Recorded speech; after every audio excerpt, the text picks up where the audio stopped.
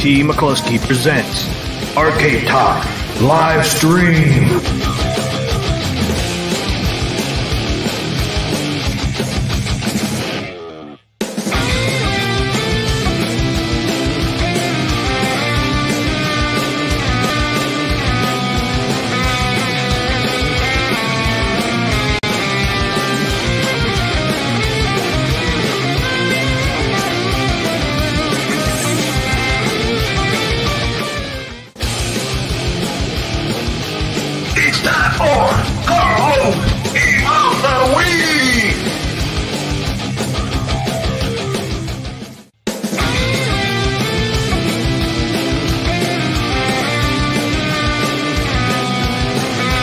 Welcome to Arcade Wars.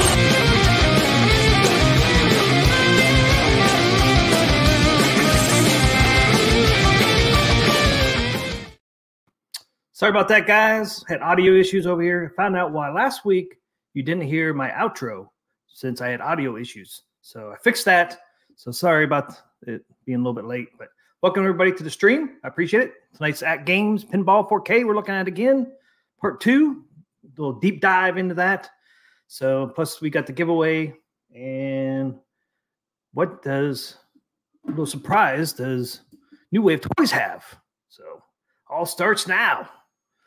Bring in papabrad up in here. What's happening? What's going on? What's going on? Man, I had serious. My camera wouldn't work. It's crazy. My audio wouldn't work. I had to reboot my computer like 3 times. Man, I hope this time it's a trick. Man, I was gonna reboot mine. I was like, please don't let me reboot my computer. Yeah, it's crazy. When it rains, it pours. But I found out. And you push the time up too, so like I wasn't really. I found out why and stuff. I had audio issues last week. Remember, nobody could hear my outro. I found out why. I had some audio issues going on. yeah. Didn't find out until today, right before the stream. I'm thinking, yeah, that's why you don't stream early, I guess. Oh, that's okay. If I would just have known, I would have gotten home earlier, but that's cool. Yeah. I got my reasons. I'll let you know. Okay, that's cool. So what's happening? What's happening? Carl O's here. Got Mike Hawkhurts, Biggie D. Mike Hawk. Welcome to the show. Common Sense. Hello. Common Sense. Arcades and stuff. Yeah, welcome, guys. Awesome. Welcome to the show. Common Sense. What, is your computer getting old? No, I think I'm getting old. yeah. I don't think it's not the computer. It's not the computer. Well, I think what it is, I think it's Steam. Because I have my PS4 controller hooked up to it because I did a little audio or a little video clip of the game we're giving away. Yeah. And I think when I plug that into my computer, it messes up with the audio. Yeah, sometimes it happens, and then all the inputs get changed, and then all the stuff doesn't know what to do. It's like all your stuff stops working. Like that's exactly what happened. It's like all my cameras were different numbers and stuff. I was like, oh my goodness. Yeah, that's exactly what happened. The damn PS4 controller fucked everything up. I was lucky I got this image on the screen, so I'm just gonna stick with this. So what's happening? How's your week been? You have some pretty bad weather. Yeah, I freaking was out cleaning my pool all day. Made a mess out of the pool. Yeah.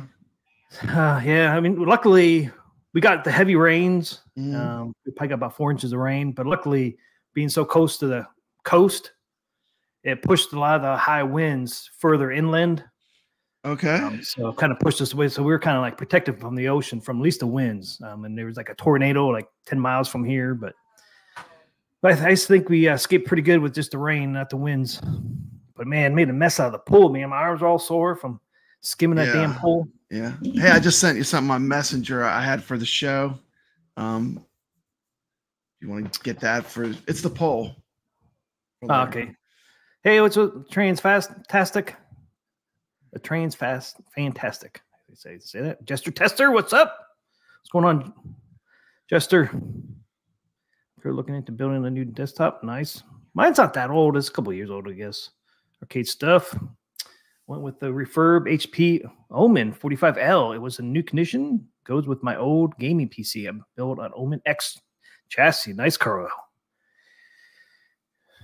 Yeah, come since we did move to North Carolina. I think we've been here a month now. So welcome to North Carolina and the hurricanes. Welcome north, like you're in the hurricane belt now, but in Louisiana we get pelted all the time. So it's the same old for us, you know. I think right off the Gulf, so we love getting hit by us in Florida, whole Gulf Coast, really. Yep. You know. Yeah. My brother lives up in Pensacola, Florida, so it seems like, man, they're so far up into the Gulf that they don't get the hurricanes that often. They go south of him, and sometimes they'll have a hurricane hit Florida, and he's like, "Yeah, we didn't get any rain or nothing." It's like, what? Just like skimmed right past them. Guess if you're going to move to Florida, man, Pensacola would be one of the places to go. Yeah. We'll send you another picture real quick. Hold on. This will be better. Snip it. Don't worry about the other ones then, or? This one should be a little better than what I'm sending you. Hold on. Just get it to you.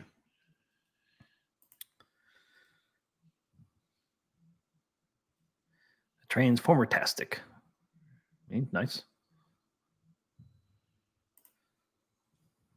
Did you send it? I'm sending it right now. I'm snipping it from my computer instead of the phone, so it'll be a better picture. What's a Biggie D? Okay, I'm sending it. That should be way better. Should be a way better picture. Your brother lives Goodfoot. Your brother lives in the area. Yeah, I'm not too far from Hampstead. What's up, Jeep Man? Thanks for the sub. Yeah, we actually hit 500 today. Congratulations. 500 subs. That's a milestone. I know, but I don't think I'll stay there. Yeah, you will. In the stream, I'll be at 495. With this beginning. So, but anyway. I think North Carolina people are a little bit nicer in Pennsylvania, especially in Pittsburgh, man. People are pretty rude in Pittsburgh. Yeah. And the driving up there, man. It's just horrible. Yeah. People honk their horns a lot. Oh, they just cut out in front of you. They red lights. I watch these people red lights anymore. It'll be red for 5 seconds, and here they come. It's just like it's freaking crazy up there in Pittsburgh, man. Yeah. I don't know what's wrong with these people. It wasn't like that when I first moved there. Then you got all the snow too. That's gonna make driving hard. All the snow you get in Pittsburgh, huh? Now, Pittsburgh doesn't get a whole lot, but yeah, just north of us we do. I mean, where I lived growing up, man, we used to get pounded when I was a kid. But Pittsburgh, for some reason, it's like. I don't know if it's because it's near the river. It's kind of like a dome. Yeah. Look at the rain instead of the snow. Caro, PA people are assholes. I know Caro. Caro also lives up there. Poor Caro. He's stuck up there. Yeah, he's stuck up there. I am from Ohio, so I can say that. I'm from Ohio, too. Mm-hmm. Not too far from Cleveland. Kurt Mason here. Welcome to the show. Hey, so I thought Floridians didn't know how to drive.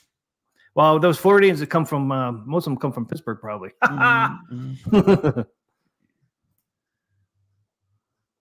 Okay, I see which one you sent me here. So you sent 2. Yeah, it doubled up. I don't know why it did that. When I clicked on it, it did that. Just there's the same thing, so don't worry. It's the same picture.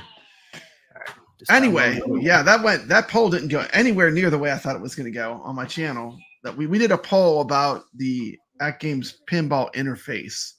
And I was very surprised by the viewers' response was really way different than I thought it would be. But we'll talk about it. Yeah, we'll talk about it after we do a little bit of New Way Toys, just a little segment before we do Atgames, kind of like we did last week. Awesome. Yeah, everybody drives bad. They're just, I don't know. I mean, it used to always be like that. I mean, just recently, it's just like I'm scared to go through a red light because all of a sudden it turns red. I'm starting to go, and then somebody comes through when my light's green. It's just freaking crazy, man. And there's one red light's really, really, really bad. I mean, I'll sit there a good 10 seconds before I pull out. You gotta stop it over there, plane. We're on a live stream over here, sucker. Wait, did you hear that? Did you hear that? Hey, what's up, Biggie D? Thanks, Biggie D. It's Atari Berserk with speech. Nice. With speech. Thanks, Transformer. Playing on original Atari hardware. Thanks, high scores on tap. Thanks, guys, for 500. Congrats. I appreciate it. Hopefully I can stay there. But we know when you hit a milestone, it seems like you go backwards for a little bit. All right. So we get papabrad off of the Atari 2600 there. Okay, 1 second. want to hear the speech one more time.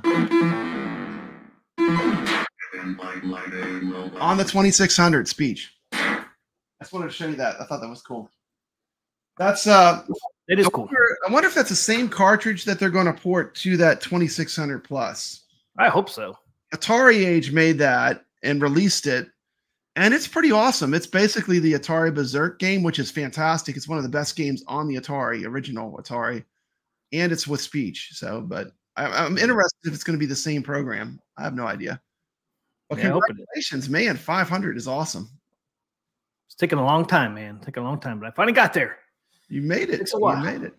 The other day it was up to 498. I was like, yay. Then I went back down to 495. I was like, woo.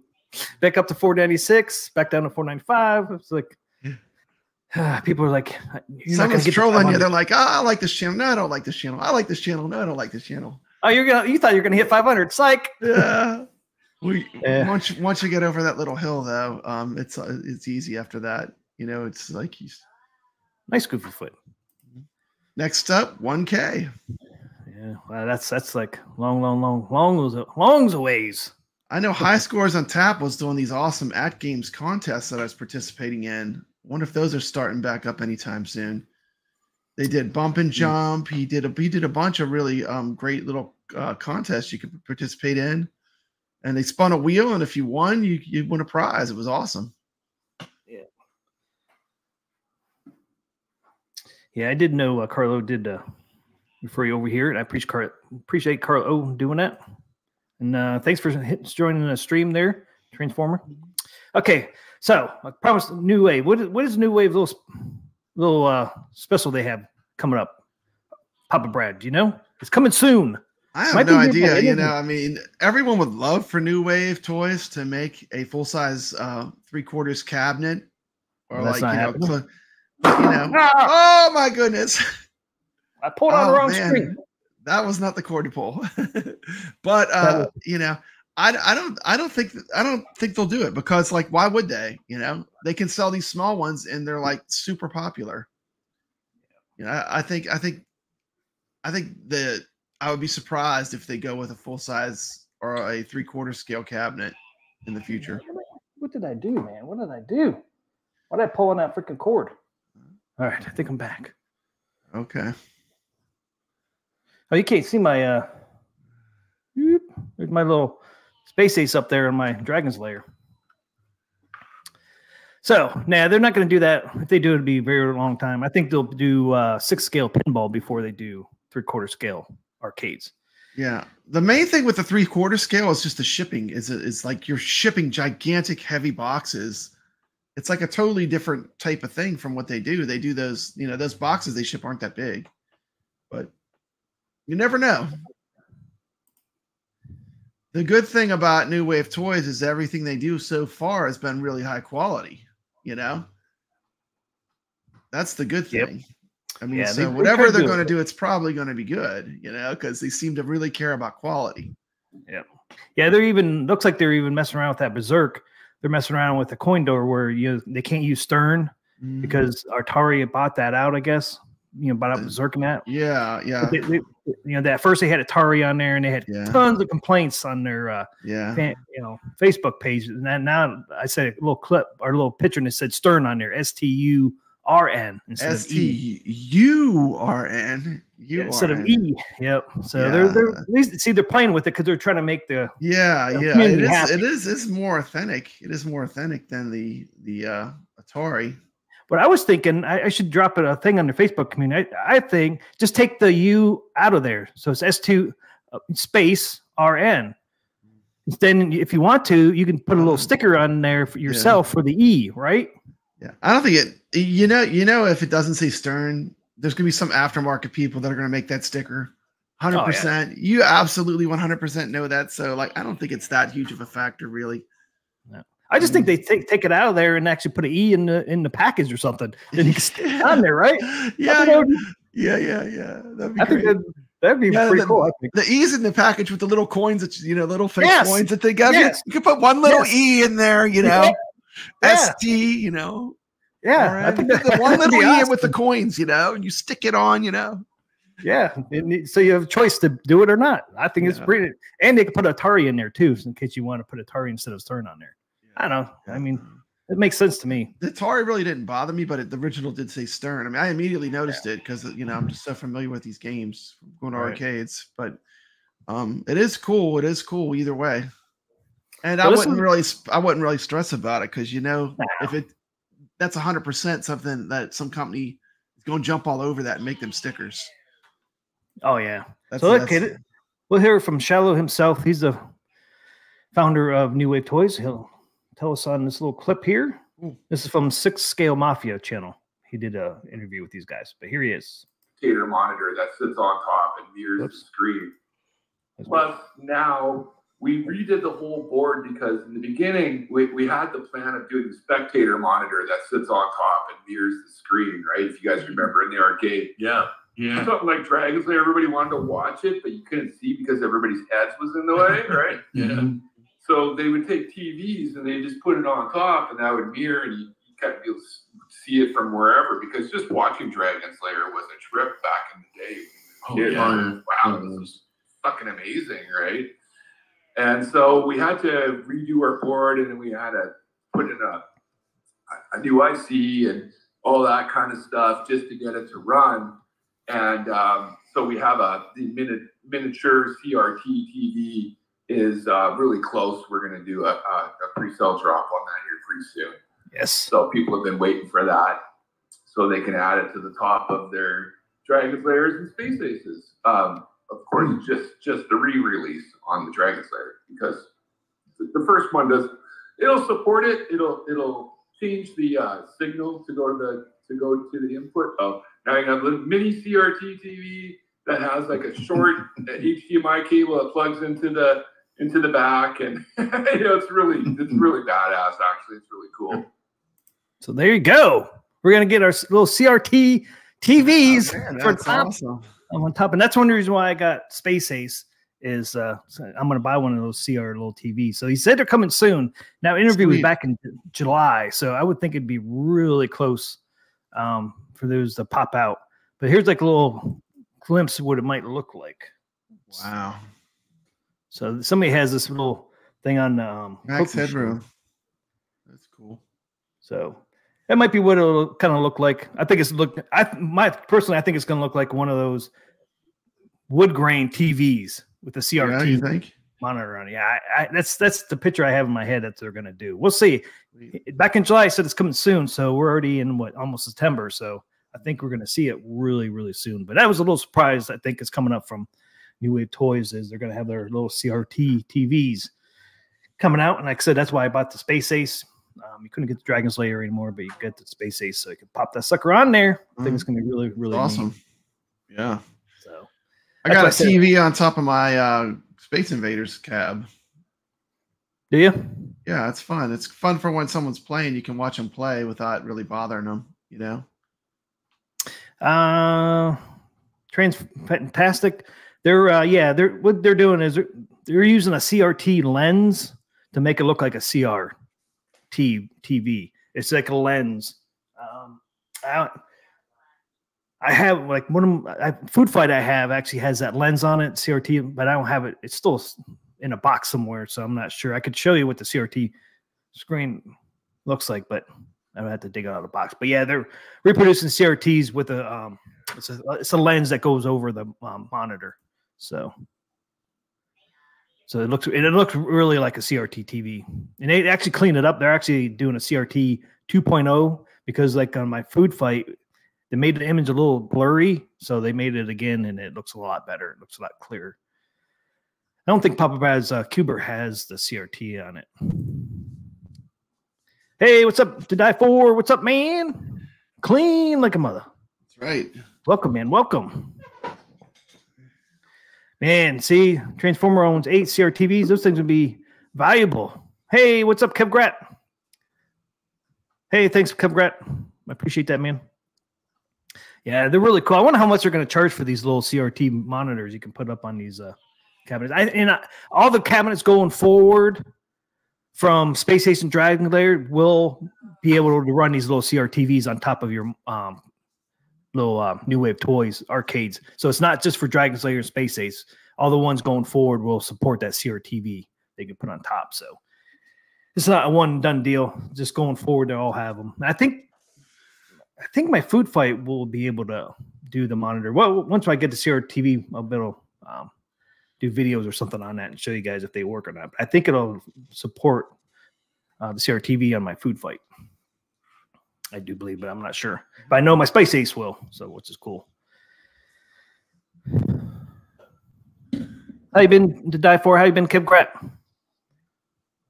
Welcome. Yeah, welcome. The double monitors are cool. You know, you can never have too many monitors. That's what I'm saying. No. Papabrad has a bunch over there, so yeah. I love it. I did have something. I was using my Streamlabs there to do more on my screen, but I kind of gave up on it. Yeah, it is frustrating because like when stuff doesn't work, it really doesn't work. That's what happened to me because all my monitors got reconfigured at the last minute. Then like I had to rush to get this together. But it is cool. It is a cool setup. Yep. Yeah, it is. That's what happened to me the last time I did it. It's been about a month ago. I had all those monitors up on my screen. Right before I went to go live, man, freaking crapped out on me. It was like, I haven't brought it up ever since. Yeah, keep it simple. Did you ever think as kids, we would have all this cool stuff as adults? I never, in my wildest dreams, would have thought that I would have the kind of arcade that I have at home ever. I mean, Not me either. When I built my one MAME cabinet made out of a real arcade, I was happy as could be, you know, and that was when you had to do it all yourself. But nowadays, with all the choices we have and all the different companies, it's never been easier to have an awesome home arcade and have really great quality, you know, through a bunch of different companies. It's pretty cool. It's like a golden age. At least for home arcade, it's a golden age.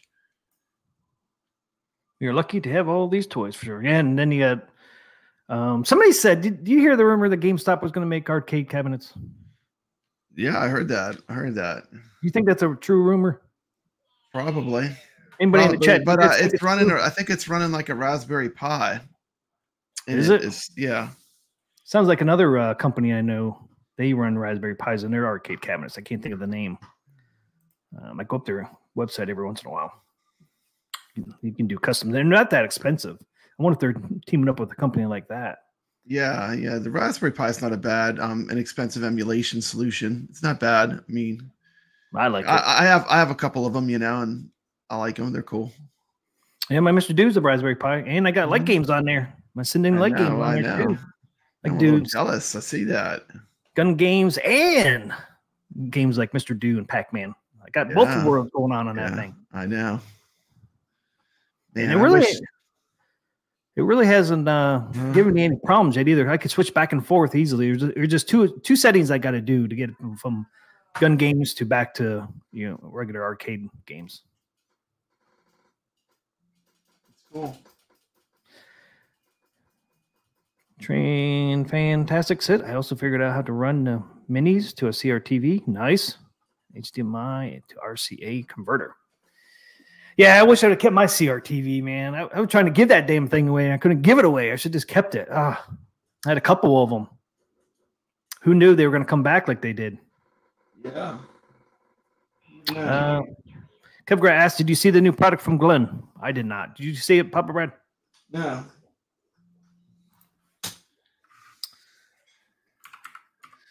I'll put up some Mr. Do. Why are you trying to look like my Mr. Debut back there? I know, man. Mr. Do's now on iiRcade. Everything is on iiRcade. Yeah, and on CoinOps too, didn't you? Yes, I do. Yes, I do. We've been working hard on porting everything and working with the community and sharing everything. It's been going great, man. There's more. If you want to just play arcade games, there's more arcade games now than ever on iiRcade.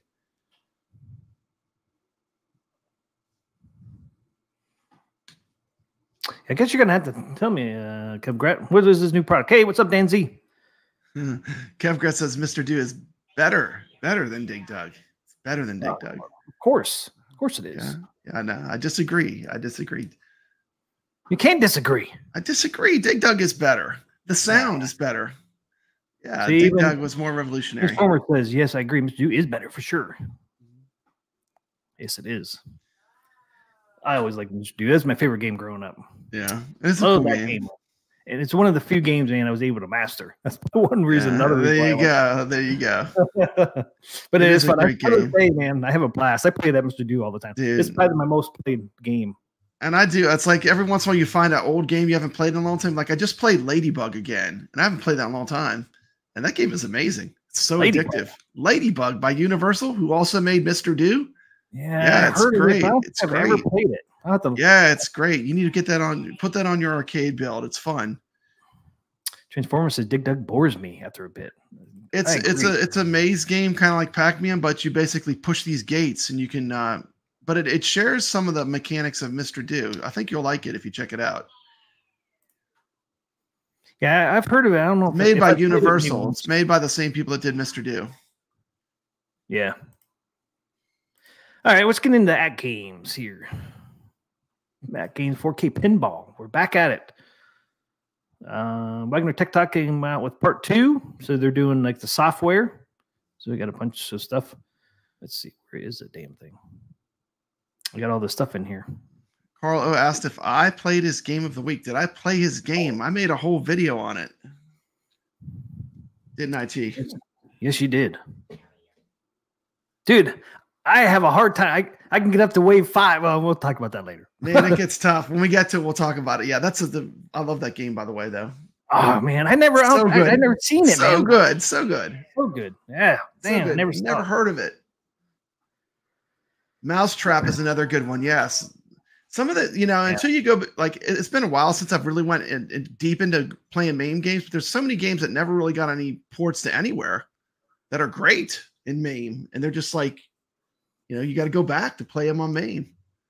Yep. Or on a Pi or any other device that runs them. But I'm saying there's a lot of games that are just like underrepresented in like this arcade niche that are still great games that people haven't played in a while. Or a long time. Or maybe they can be introduced to because they never heard of them at all, Because all the arcades got the same, back in the day, the arcades got the games that were popular. Every arcade got Pac-Man, they got Miss Pac-Man, they got Dig Dug, they got Galaga, Tempest, Defender. But not every arcade had, a Ladybug or a Mr. Do or, any other, or a Zookeeper. There's so many games that are great that are still 80s classic arcade games that are kind of hidden gems. Like this one we did this week. I was amazed that this game was not huge because it's so fun, reminded me of a bunch of really great games that I love, Yep. Okay, let's start this video. This is from Wagner TikTok. Legends Pinball 4KP has arrived at the studio, and we recently released part 1 of the series, which focuses those crates. It's like treasure. I know. Treasure, and it's like a treasure. You'd be happy to when you see that. It's like, oh my gosh. In this video, you guys hear that? User interface that was designed for the Legends Pinball 4KP. Take a closer look at each of the 3 displays and check out some of the tables available in Legends 4K format. I'm John, and welcome to Wagner's Tech Talk. I did give it. This video gets to 1,000 likes. I will contact Atgames to see if we can have a giveaway for 1 Legends Pinball 4KP once they go into production. Oh, like that. Let's see. Okay, you guys heard them. And PK for Atgames actually commented on his video, this part 2, and said, yes, Atgames will give away a free 4K pinball if this video hits 1,000. Last time I looked, I'm talking about. It's at 910 last time I looked. So yeah, let's get it there. 90 more.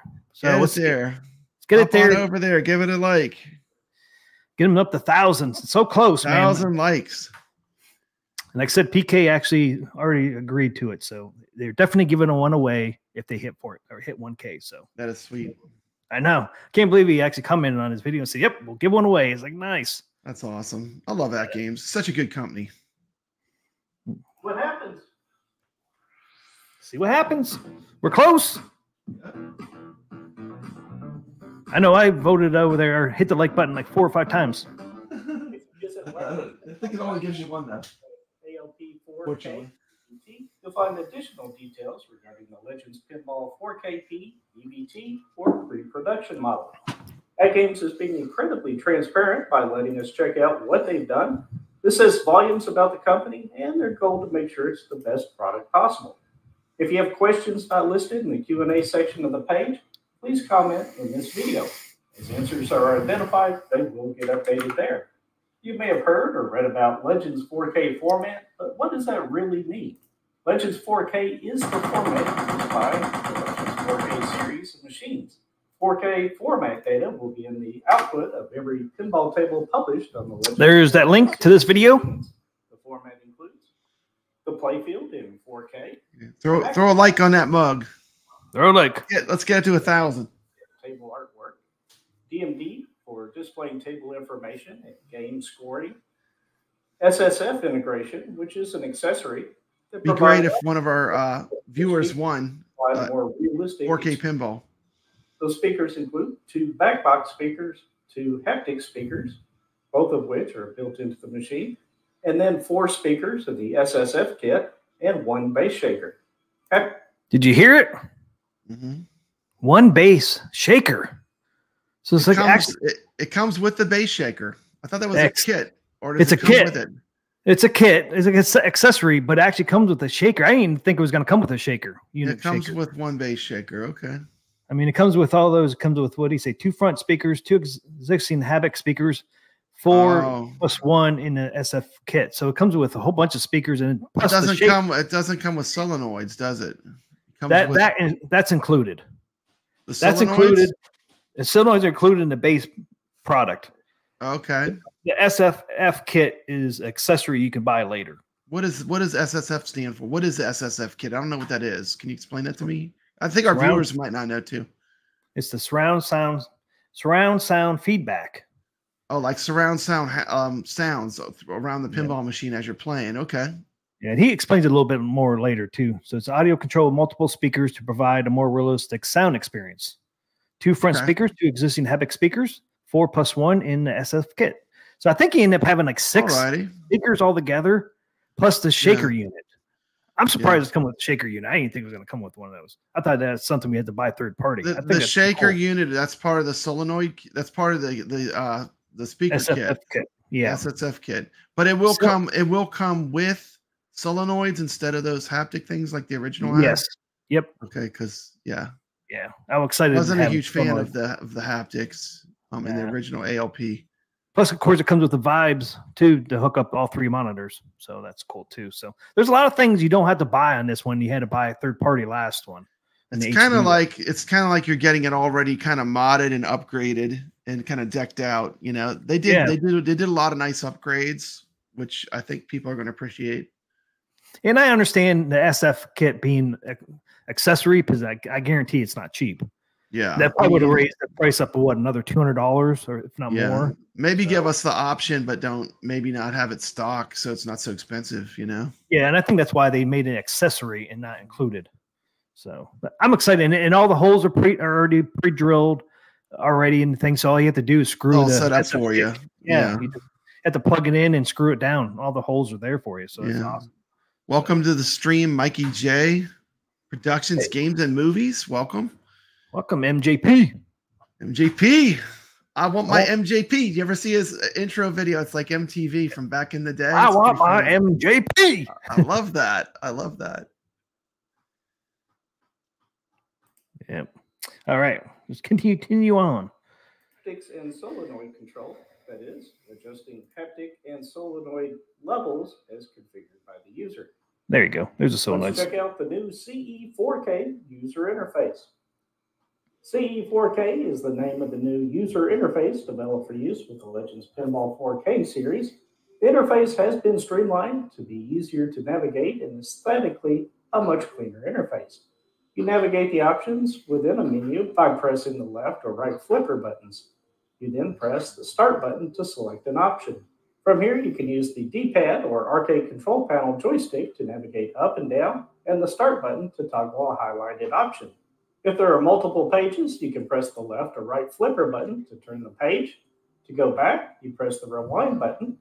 It all becomes very intuitive after you've used it for a few minutes. All the settings you may already be familiar with on the Legends Pinball HD appear to exist within CE4K as well. It just has a much cleaner look to it, at least in my opinion. I realize the settings aren't exactly the most exciting aspect of the machine, so I'll quickly speed past many of them. Feel free to pause the video if you want to take a closer look. However, we will make a quick pause on the HDMI option. This is the same option you'll see when you press the channel button on the top panel of the machine.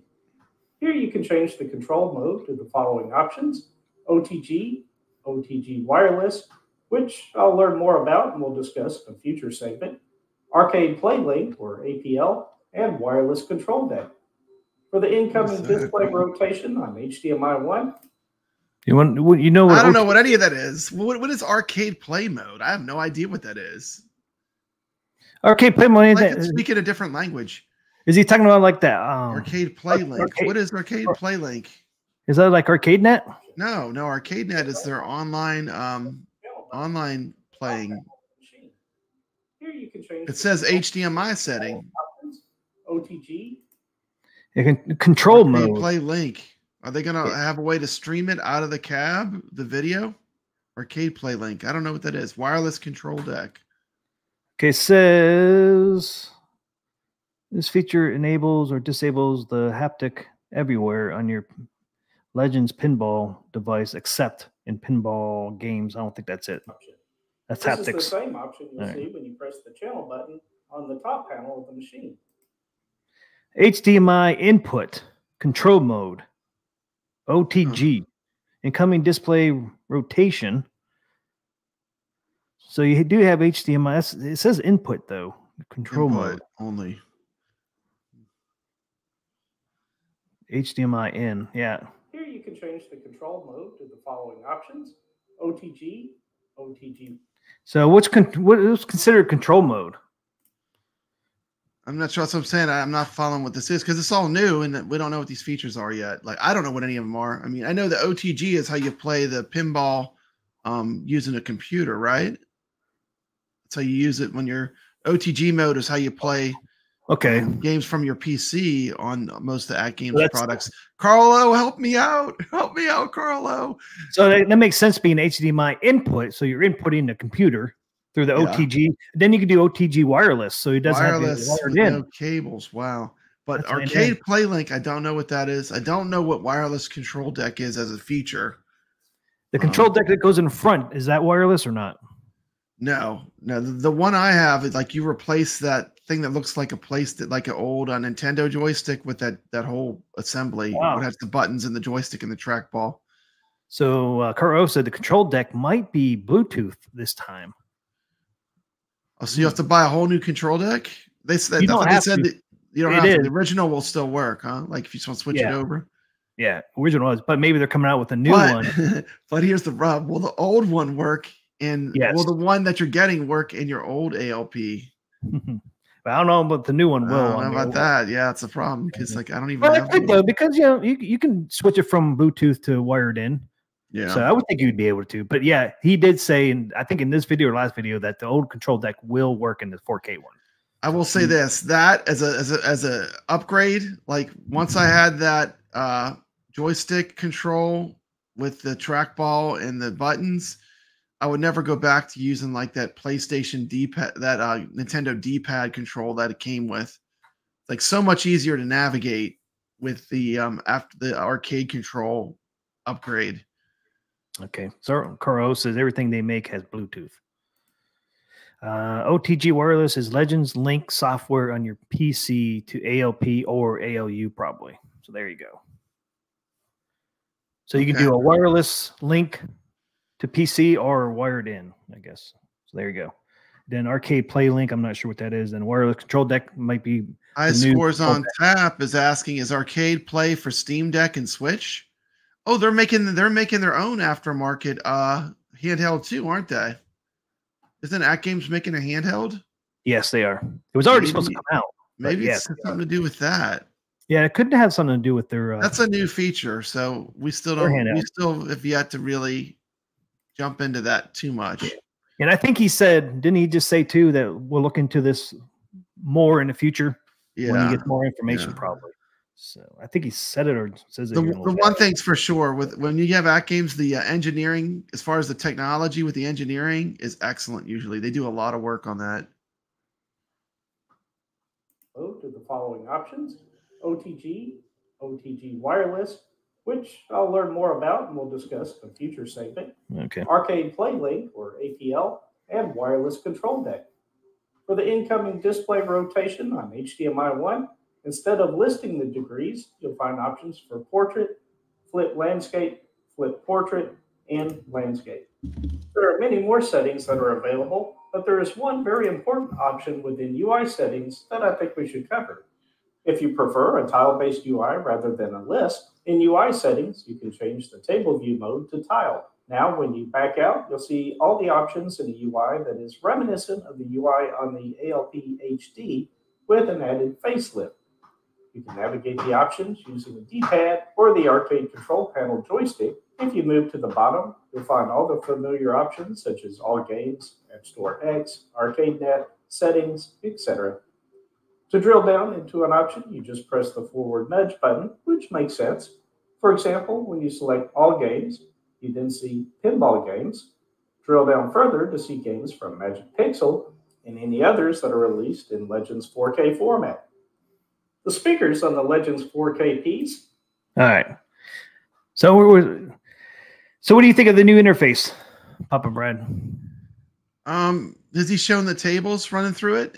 I want to see when you switch from table to table what it looks like. Then I'll give you my opinion.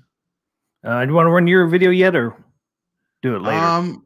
We could compare it maybe after. Let's look at what's coming out next, and then we'll look at what they currently have and talk about it. Okay. Sounds very good. That is in part due to the larger 3.5-inch stereo speakers. I just wanted to point this out too. So the DMD you see here in between the two speakers is an 8-inch display. They could easily put a 10-inch display in this because there's definitely a lot of room here. I'm not going to complain because I'm happy it has a DMD. I'm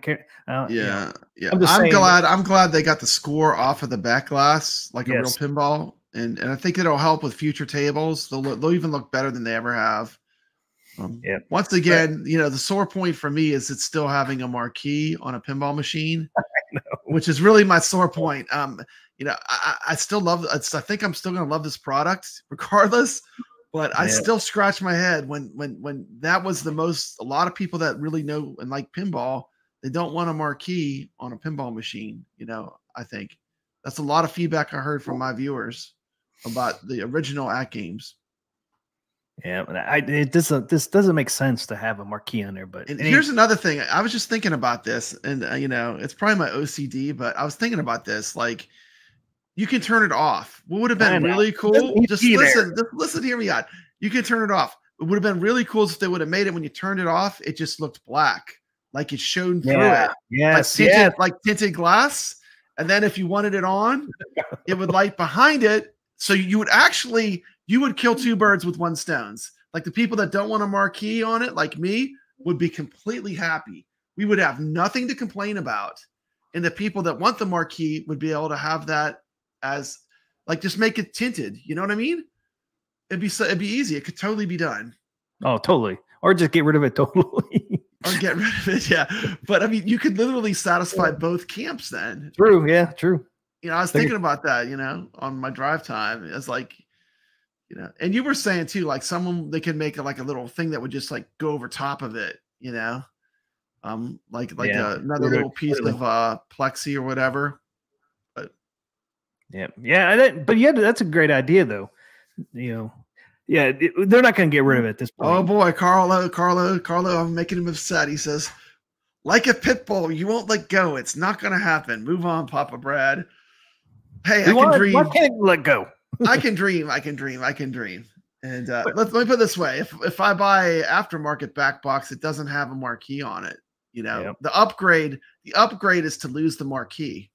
So that tells you something there that people that are willing to buy an upgrade, they don't want that. Yep, they don't want the marquee. It just doesn't. It doesn't bother me, but it's just the point. It shouldn't be there. But like you said, if you could turn it off and you can't see it, that would be that would be so sweet. Can you imagine? They would get both camps happy. And you know, just Carl, I have to say what people tell me too. Like I've heard this. I'm not the only person that thinks this about the marquee. I've heard this a lot. A lot of people have given me that feedback. You hear it from me every time too. But you know, hey, what if we could do this ourselves? I wish they would do it. But I wonder if you could put some tint on there from like, you know, the tint from car windows. You probably could. I just thought about that too. Maybe you could. Maybe I might experiment with that. Put some tint, light tint on there. I want to say this too. Like, I'm not 100% against branding. I'm not like saying that they shouldn't be able to put the brand on it. Put it on the speaker grills. Put it on the speaker grills. That's where just plain old black speaker grills. They could have, you know, if you look at like a Stern pinball, like people that love pinball, they always get those little pimp speaker grills and put them on there with like the logo of the game or something related to the pinball machine. And that would be like an upgrade. No, it'd be cool instead of saying even more premium. Instead of saying Atgames on the speaker grills, put their logo. Yeah. That'd look awesome on there. Yeah. Or a freaking little logo, man. Yeah. That would be cool. That would be cool. Better than we're having a million. We just gave them 2 great ideas. 1, put branding on the speaker grills. 2, make the make where it says Legends Pinball tinted so that when you turn it off, it becomes invisible. That would be so cool. That would be sweet. I don't think it would be impossible to do. No, I think it would be super cool. I think you would have all camps would be happy then. Like, who could complain about it? If when you turn the switch off, if it becomes where it's like invisible, no one would complain about that. Oh, really? The YouTube got rid of the heart emoji that was blocking the bottom right corner of the chat? Really? Yeah, that was kind of annoying. I always wanted to see what people are saying. It's like, what's that last word they have there in the chat? It was just on there yesterday too, that heart emoji and all that. Yeah. But yeah, I think it's possible. All you have to do is put some tint over top of it, and it would be black when it's off. And then when you do it, it would shine through. Because again, I imagine the light behind is probably white, right? So a piece of tint, like you would have in your car window. kevgret agrees. That was a terrible feature, you know. It's like I feel like the original, like when the original Atgames pinball came out, there was like a kind of a pinball space race where they were rushing to get them out first. It was Arcade 1-Up versus Atgames, and they were both trying to get it out quick to be first. Yep. There was what was that company, the Toy Shock, but it wasn't really that great. Oh, yeah. So they knew they could beat that machine. You know, and then in the Pinball Wars, you know, I think still Atgames ended up with a way better first generation, like mass-produced V-Pin machine. But I think the marquee was just a huge misstep still, even from the get-go. You just gave me a great idea. Instead of Arcade Wars, we'll have Pinball Wars. Huh? Right. Yeah. We could do Pinball Wars. We could do some Pinball Wars. That would be cool. We should do it. We should do a couple pinball episodes. Yeah. People love pinball. I think going forward, Arcade Wars is just going to be 2 cabinets. Yeah. I like that. I like that. One versus another. Yeah. It gets hard, you know, it divides people. You know, when you're blowing up Golden Tee, people's feelings get hurt. You're blowing up Donkey Kong. We blow up some really big headliner games in Arcade Wars. Transformers doesn't like short videos. Mm-hmm. They're good. Shorts are good for promo video or stream. But at Games 1 Pinball, I don't think we will see a new Arcade 1-Up pinball machine. You don't think? I don't know. Man, it's a market. It's a big market. Here's my thing: if Atgames could somehow weasel in there, nudge themselves in there, and get that pinball effects license, and get pinball effects on Atgames. That would be awesome. Man, I would be in heaven. Because you know those tables they have so many great tables. Yeah. They know how to do virtual pinball. Dude, that would be awesome. If Arcade 1-Up is killing it and they're not making any new machines, I mean, that would be a huge win for Atgames. I mean, I was surprised when they got Killer Instinct, honestly. That was a huge surprise. Oh, no, I was shocked. But if they ever get pinball effects, man, that would be a massive, massive win for Atgames. I don't know if it's possible ever, but I mean, I would certainly love it. I would. I don't know. I mean, you would think they would love that to have their stuff on a pinball machine. Yeah, Atgames. I mean, I don't know. let's move on here. But yeah, I just want to notice that you can definitely put a 10-inch DMD in here if you wanted to, which would make it a little bit bigger. And Stern uses like 15.6 inches. So if you did a 10, man, it'd be really close to a Stern size. But maybe in the future they'll put a bigger size on these. But I'm just happy that has it. I don't care what. Yeah, I like the DMD. And I think because Atgames pinball's not as long as like a Stern, so I think 8 inches. It's fine. It's fine. If you look at the price and everything, I think it's fine. Me too. I'm just glad it's on there. Yeah, it's an upgrade. It's an upgrade. Any way you look at it, it's an upgrade. Huge upgrade. It's a huge upgrade because it wasn't even the feature they had before. Yep. Hey, what's up, Brooklyn? What's going on, man? Shower time. And I have a feeling they'll do it right too. They won't use a faded out, ratty looking screen. That's one thing. They seem to really know their screen tech, because if you look at the ALU and the ALP, the screens look really good when you're playing them. Yep. Like playing Robotron, I mean, on Atgames Legends Ultimate is a blast. I love it. Plays perfect. Almost as good as the real arcade. Nothing beats the real arcade, of course, but it's almost as good. Yep. Very, very good emulation. Very accurate. Very real feeling. With the 2 big ball joysticks, they're spaced out far. It's a nice setup for playing Robotron, for sure. They are 1.5 inches larger than those on the HD version. Let's listen in a bit.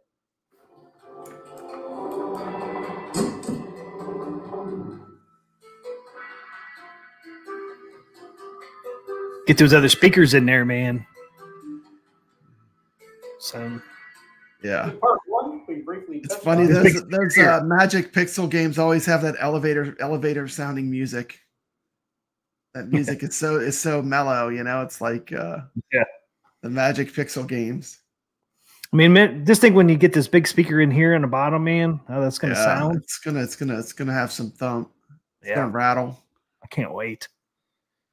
Wonder how long we have to wait for that accessory. Hopefully it comes out right away. That's an upgrade that they already put in it on this model that they shipped out, but that doesn't come with it on it. He just has a picture of it. The one he has does not have this. It doesn't have that yet. Okay. Yeah, so he's just showing you a picture of what it's going to look like once you do that accessory kit. Okay. Neat. The SSF accessory kit. Feedback.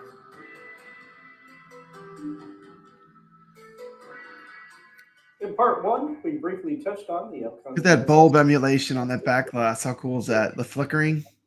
Yeah. On the dinosaurs. I received a very interesting video from Atgames since then, and they've kindly allowed me to share it here. What you're about to see is an early labs SSF test that shows a small ball rolling around. If you have headphones on, you'll more easily be able to hear the separation as the ball is rolling. However, you'll only hear through the left and right speakers. The SSF kit will include 4 speakers and 1 bass shaker. As the ball rolls, you'll hear the sound from all corners of the table, and as mentioned earlier, it will also utilize the front speakers and 2 front exciters for a total of 9 speakers. 9 speakers. Wow, that's a lot of speakers.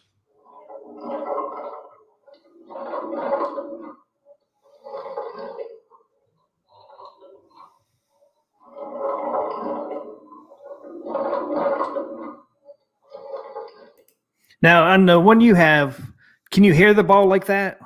Not really. Not really. I mean, you can hear like the left versus the right for sure. Like if it's on the left side or the right side for sure, but not actually where it sounds like it's rolling on the playfield. So now it's going to sound like that. Yeah. So now it's going to sound like that. I mean, it sounded like a real ball. What he just played there. So it's going to have 9 speakers totally once you get that SSF kit, accessory kit. 9 speakers, man. Yeah, that's a lot. That's a lot. So that means you're going to hear that ball and everything like a bunch of ways, man. It's to me, it's going to sound like really a real pinball. I think real close to it. I mean, 9 speakers. I mean, you're going to have a lot of speakers. You're going to have sounds coming at you from everywhere.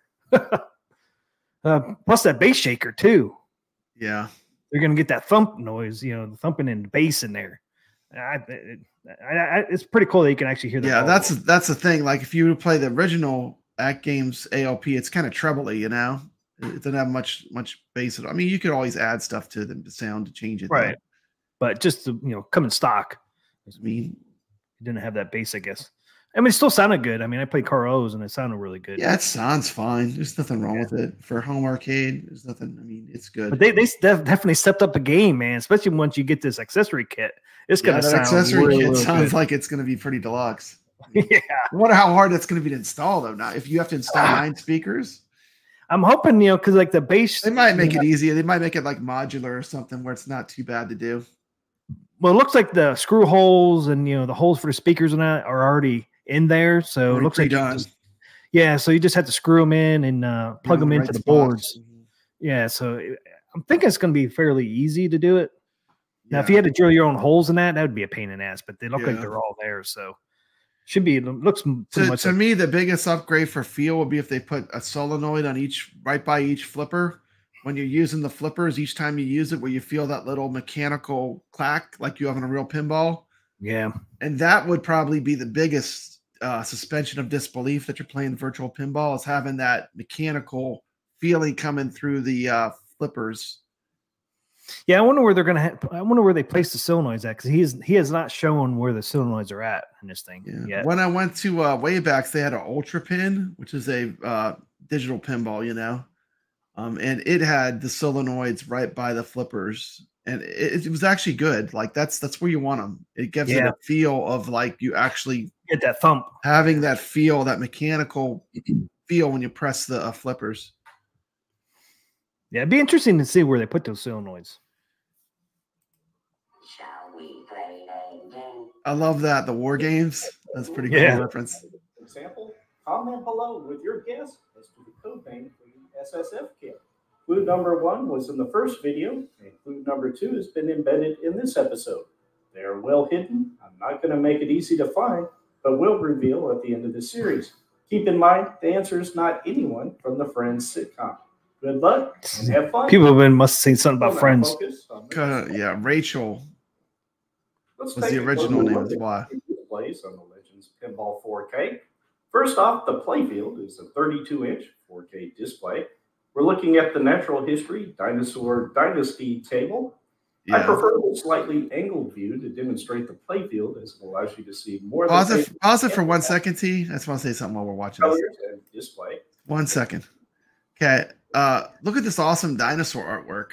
Like, now this is not actually one of my favorite tables, but what I'm saying is, if you look at this artwork, that would be pretty cool artwork to have something themed a little bit more, a little bit more like that instead of the, Burger King and rainbows. You're stuck on the rainbows again. Yeah, I mean, look at how cool this table is. I think they have a ton of cool properties. I mean, I think the art is something they need to look at. Personally, I really think they do. You're talking about the art. Well, I left a message for PK on John's. I think they make a great product, but I think the art is it's all over the place.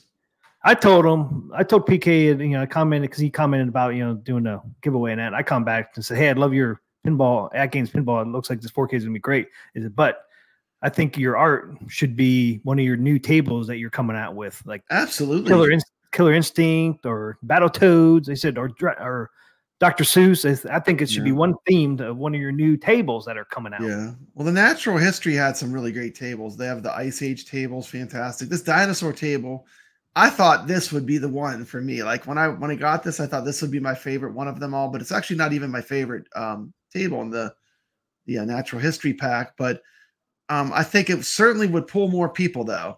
Jurassic Park is a massively popular real pinball. I think dinosaurs will pull more people than rainbows. It's just my opinion, but I think I think the art they could do better. I think even Dr. Seuss might be would pull better. Yeah. I mean, it's just. I mean, they got their own tables. Use your own table art. Yeah, they got tons of good properties. Yeah. They've got a lot of good stuff with Atgames already in their pinball library. The Papabrad.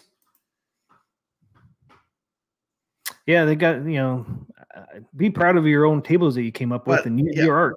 I just wanted to pause it because look how great this art is on this playfield. And that's an example of what I'm saying. Like they're totally capable of making something amazing with the art. Yeah, this looks fantastic. This looks like a real pinball you would play at an arcade, dinosaur themed pinball. Yep. And I think this one here was one of these ones that has smoke on it too, doesn't it? It has like a cloud. This one has the pterodactyl, I think. It's been a while since I've played it. Yeah. The Amazon one is cool. It has like a river with piranhas in it and stuff. It's pretty cool. Is it really? Yeah, it's really cool. The water moves. But these cool. tables were great. I love this pack, you know. Goofy Foot's all in on a bubble bobble table. I've taken all bubble bobble table, man. Anything besides this multi-cade art. It's just too all over the place. It needs to be unified somehow. And I think most people, they should take a poll again and see, I mean, single art or multi-cade art. You know, I guarantee single art would win. And then if it does, then you say, okay, what art do you want? Dr. Seuss, Killer Instinct, dinosaurs, Ice Age, you know, they could do something like that and see what the people really want. Because I think Goofy Foot's one last week that did do a poll on what the new art was going to be like for that mini pin. And this is the one that won, which I'm kind of shocked, but I think they need to do it again for this one. Take a poll. Get the community feedback. So I would think single art would win next time, but I could be wrong. Yeah. Oh, yeah, here's the pterodactyl right here. Yeah, the pterodactyl. Here he is right there. So when I hit play, you'll see him flying around. Okay. We're looking at the natural history dinosaur. There he is. There he is flying. I prefer a slightly angled view to demonstrate the playfield, as it allows you to see more of the table and the ball animations. The colors and brightness levels look sharp. We'll take a look at some close-ups of the display to demonstrate the differences between 4K and that is film not captured, huh? That's just a camera on it. That's not actually captured because you can't capture the footage. It's a camera filming a screen, so it's hard to get a real idea of what it. When you're talking about looking at it in real life, you're looking at a camera filming a screen. Which is a 4K camera, though. It is a good camera, but I'm saying it's hard to capture what it really looks like. It probably looks better. Honestly, it probably looks better than even it looks in this video because you lose a little bit when you film something. I think if you zoom in, you can see the difference. I'm not sure if you can zoom in on my software I'm using or not. Select the table, and before starting it, you'll see this cool animation that shows the leaderboard high scores. I think it's a nice use of the back glass when deciding which table you want to play. The 8-inch DMD is also HD. During gameplay, the animations and scoring that you would typically see overlaid on top of the back glass on the Legends Pinball HD appear here.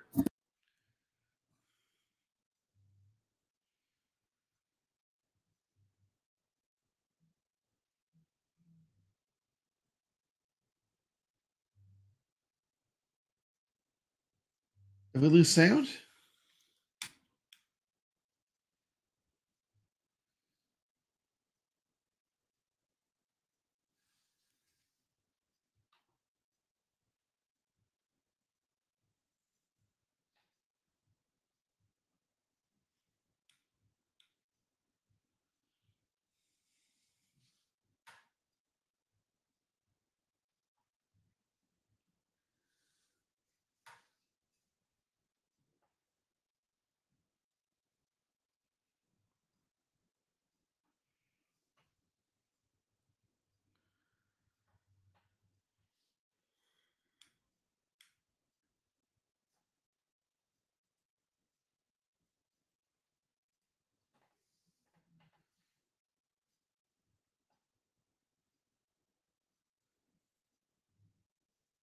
Did we lose sound? I lost sound in my headphones.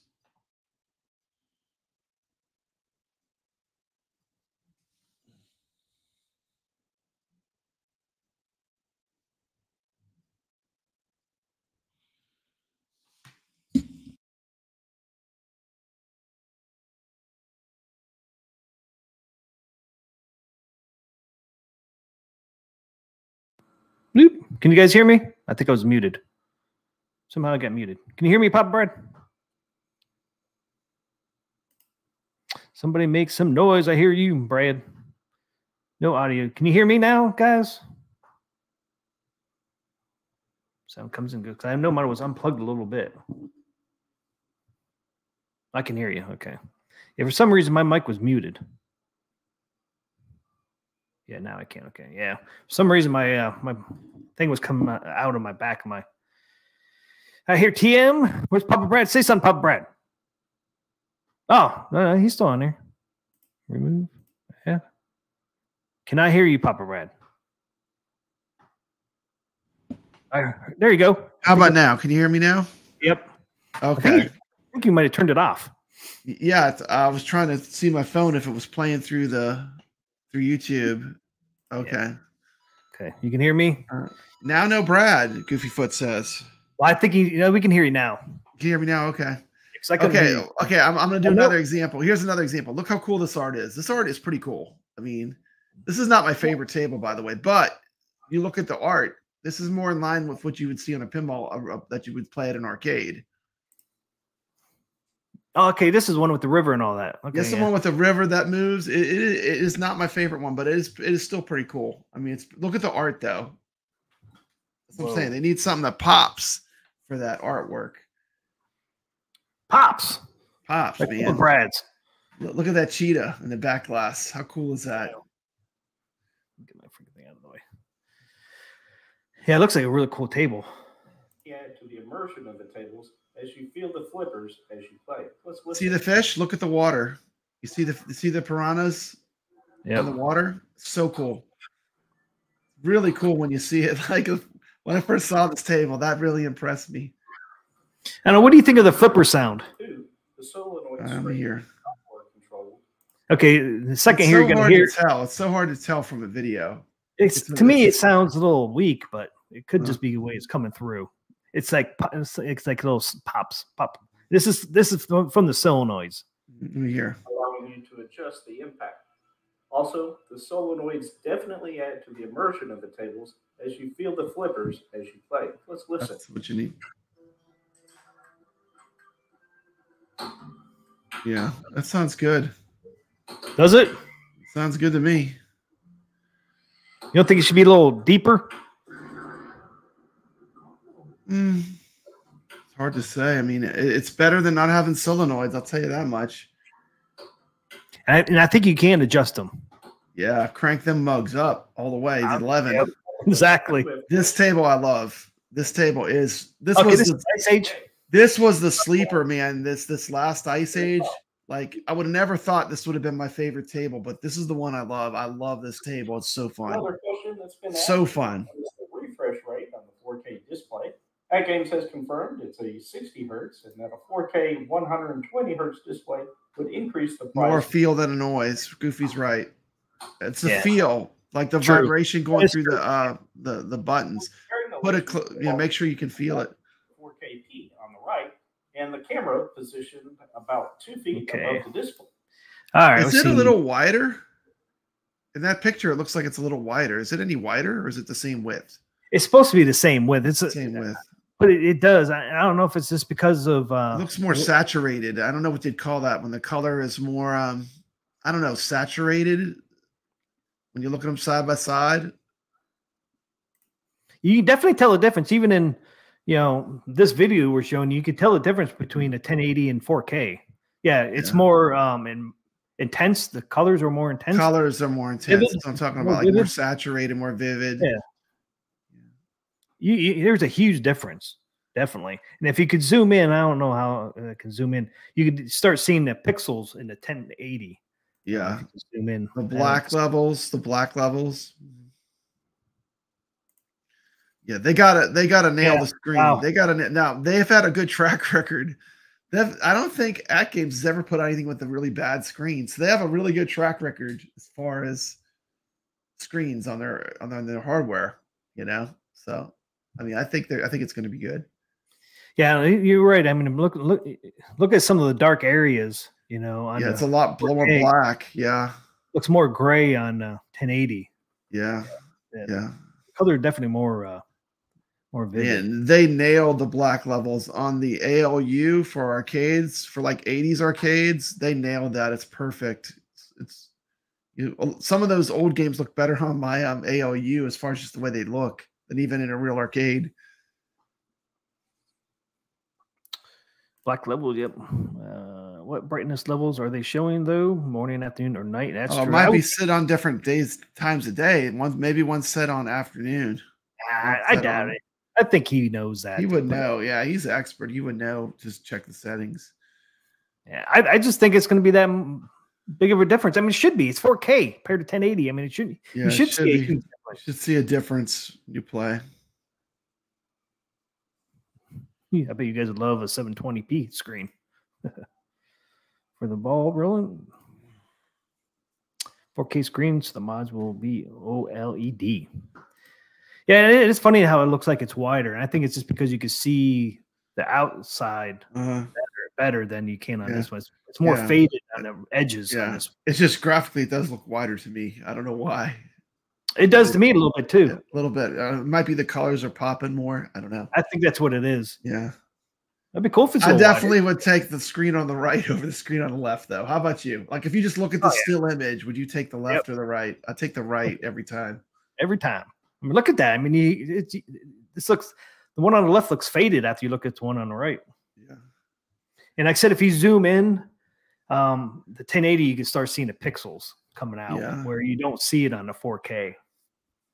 And I don't know, he might zoom in on here too, and we might be able to see it. Let's see. The ball animations are much smoother. Yeah, when I bring the camera closer to the play field, the difference between... Yeah, can you see those lines? I can see it on mine. You can see lines on the 1080, but you can't see them on the 4K. I don't know if that comes through or not. Can you see that? I guess you can a little bit. Like right in here. Yeah, right in here you can see lines. Yeah, right there. Like if you look around the artwork, like where it says the numbers 2x, 3x, 4x, 5x, 6x, shoot again, it looks a little bit sharper. Look at the last Ice Age. Well, did he put that on there, or is that on the screen? Because no, you can really see the lines. It does like the smoke and mist kind of thing. So that's what you're seeing with that. Oh, look at the mist. You can see the lines in it. The mist and stuff. These tables were really cool. I really like this pack. It was a lot of fun. Look at the mist over here in the 4K. I know. Yeah, it looks great. Looks like mist. Here it looks like a blue blob. Question is, during normal play, can you really tell? That's what Hobby Hands is asking. I would say you can, but who knows? We'll find out, right? But I think you can, because you're going to be looking at it close up, right? Yeah. I mean, you're going to see blue. Well, there's going to be lots of YouTubers at that Cleveland thing, and isn't Atgames bringing this machine there? Yes. The Cleveland Gaming Expo or whatever thing coming up.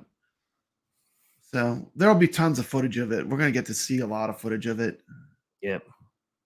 To that force, would he miss that? We're just going over the 4K pinball for Atgames. I must go to bed. No, thanks, High Scores. Have a great night. Thanks for hanging out with us tonight. I appreciate it. Yep, thank you. High Scores on tap. If you're not subscribed, go subscribe to this channel too. He does some great contests. A lot of fun to participate in.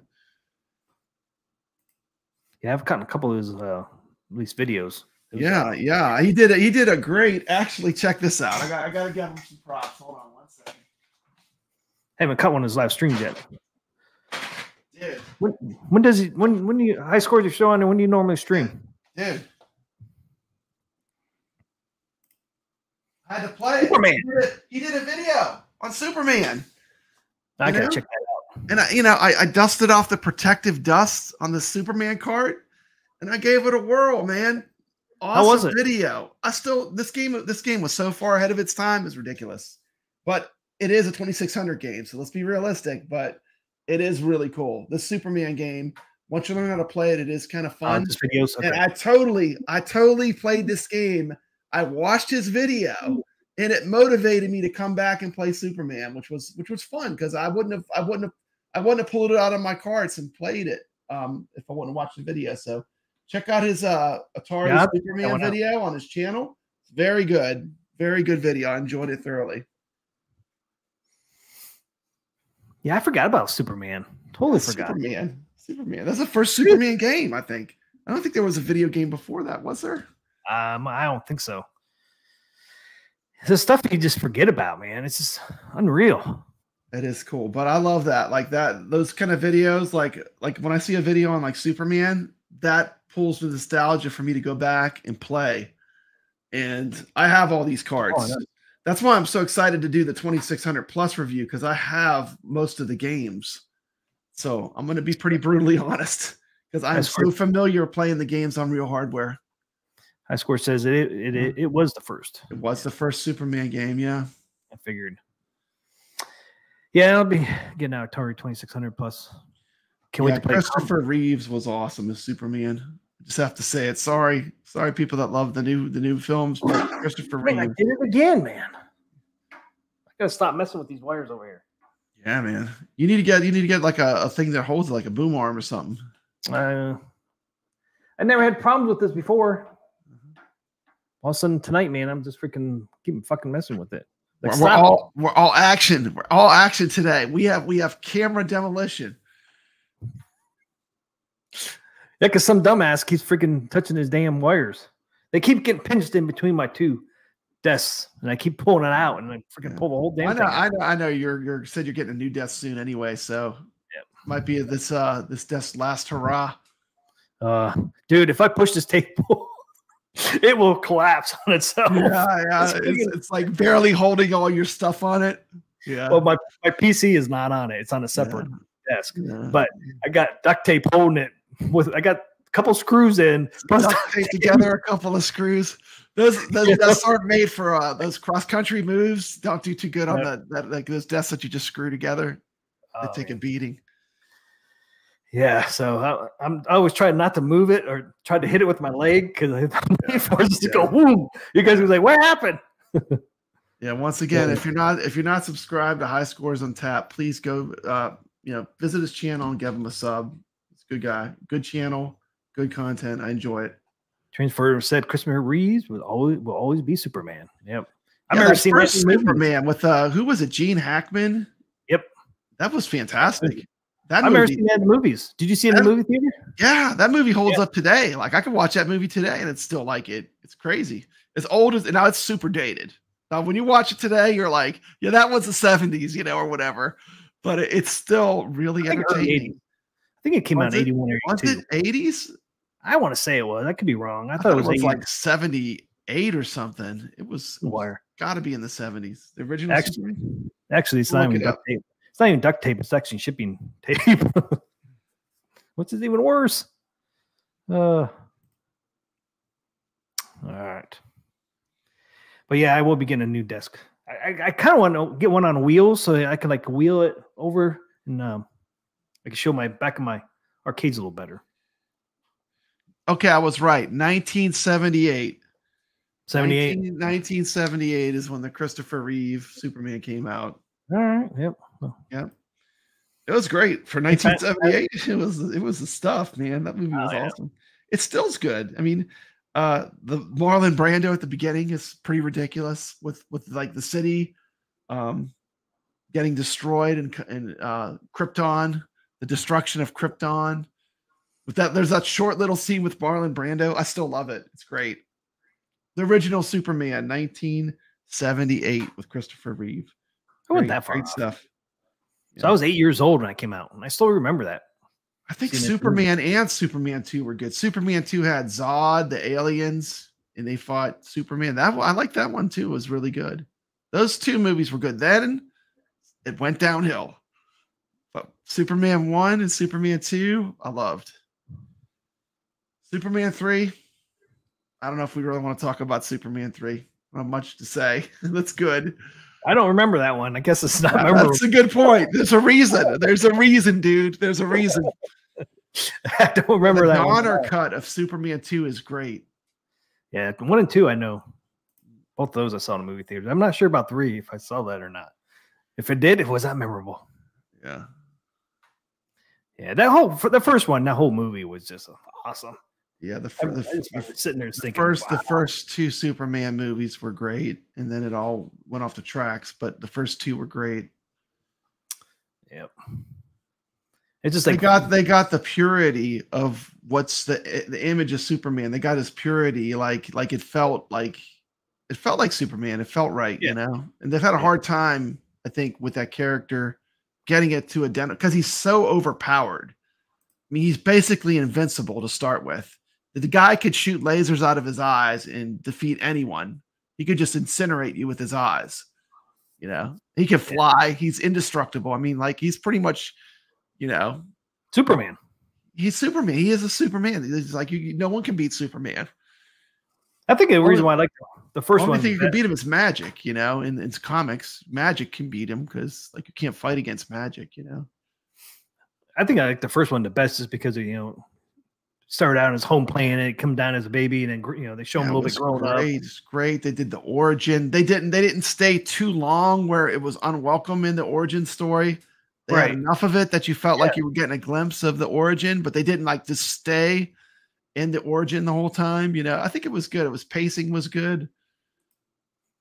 Yeah, I think it was definitely done right. I'm not sure who did that, the first one, but they did a great job on it. It is great. Lois Lane. All right. So yeah, we definitely can tell. We got totally off track because of high score. I blame High Scores on Tap for his amazing Superman video, which totally set me over the edge, and I had to play Superman. And like if you do decide to play Superman, watch his video first, where he kind of tells you how to play the game, because there's definitely a way that you play it, and it is confusing. Like if you just put it in, you're not going to know what's going on. But once you find out what you got to do, it's actually a pretty cool game for an Atari game. Yeah, I want to have to check that out because I don't remember that game. I remember build a bridge. I remember seeing it, but I don't think we never owned a copy of it. Yeah. Richard Donner did the first two movies. Okay, there you go. And he definitely did them right. Take it he didn't do the third one. That's why it wasn't very good. All right, let's move on. You can tell the difference between the two. Yeah, even coming through the image. It's coming in the corner. It's smoke. It's smoke and fog because it's like the Ice Age. It's not like the camera smudged or something. You got the blue blob over here, then you got smoke over here. Yeah, huge difference. Even the white, you can tell the difference by the shoot again. Look at the white paired. And that was the sleeper pinball that I ended up loving out of that pack. That ended up being one of my favorites. In 1080p and 4K become even more apparent. On the left, you can see some jagged edges on the flippers and pixelation. On the right, if there is any pixelation, I'm not personally seeing it. The images look much sharper, animation smoother, and substantially better in 4K. What do you think of the difference? Comment below. I want to hear your thoughts. Yeah, hear this solenoid. Another question from the video comments. How did the table load times compare between HD and 4K? Great question. Got to be faster. I'll add a timer to the bottom so we can see the difference. Natural history. Last ice age. Last ice age. That's 11.1 seconds for the 4KP. HD. It's a more powerful chipset. It's going to be faster for sure. 30 seconds. More than half. Yeah, it's going to be way more powerful. 3 times faster loading the table.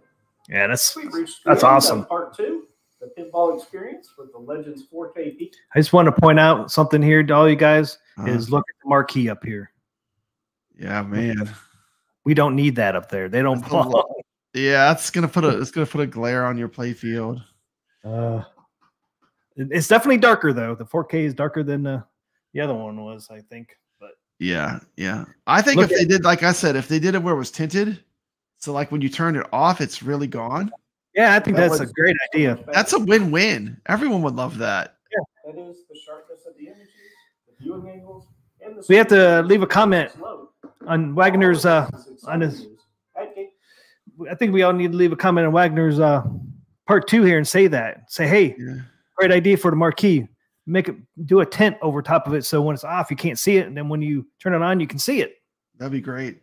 I mean, I think we need to say something like that because they might do something like that. I mean, because they're still in production of the what they're going to come out with. So it assured me that the Legends Pinball HD will be supported for the foreseeable future, and many new table packs are coming and released in both HD and 4K format. At this point, we've covered the hardware and software aspects of the Legends Pinball 4K. In part 3, we'll explore OTG. There you go. From part 1 about this, and I'll do that's where you use your PC with it to play games.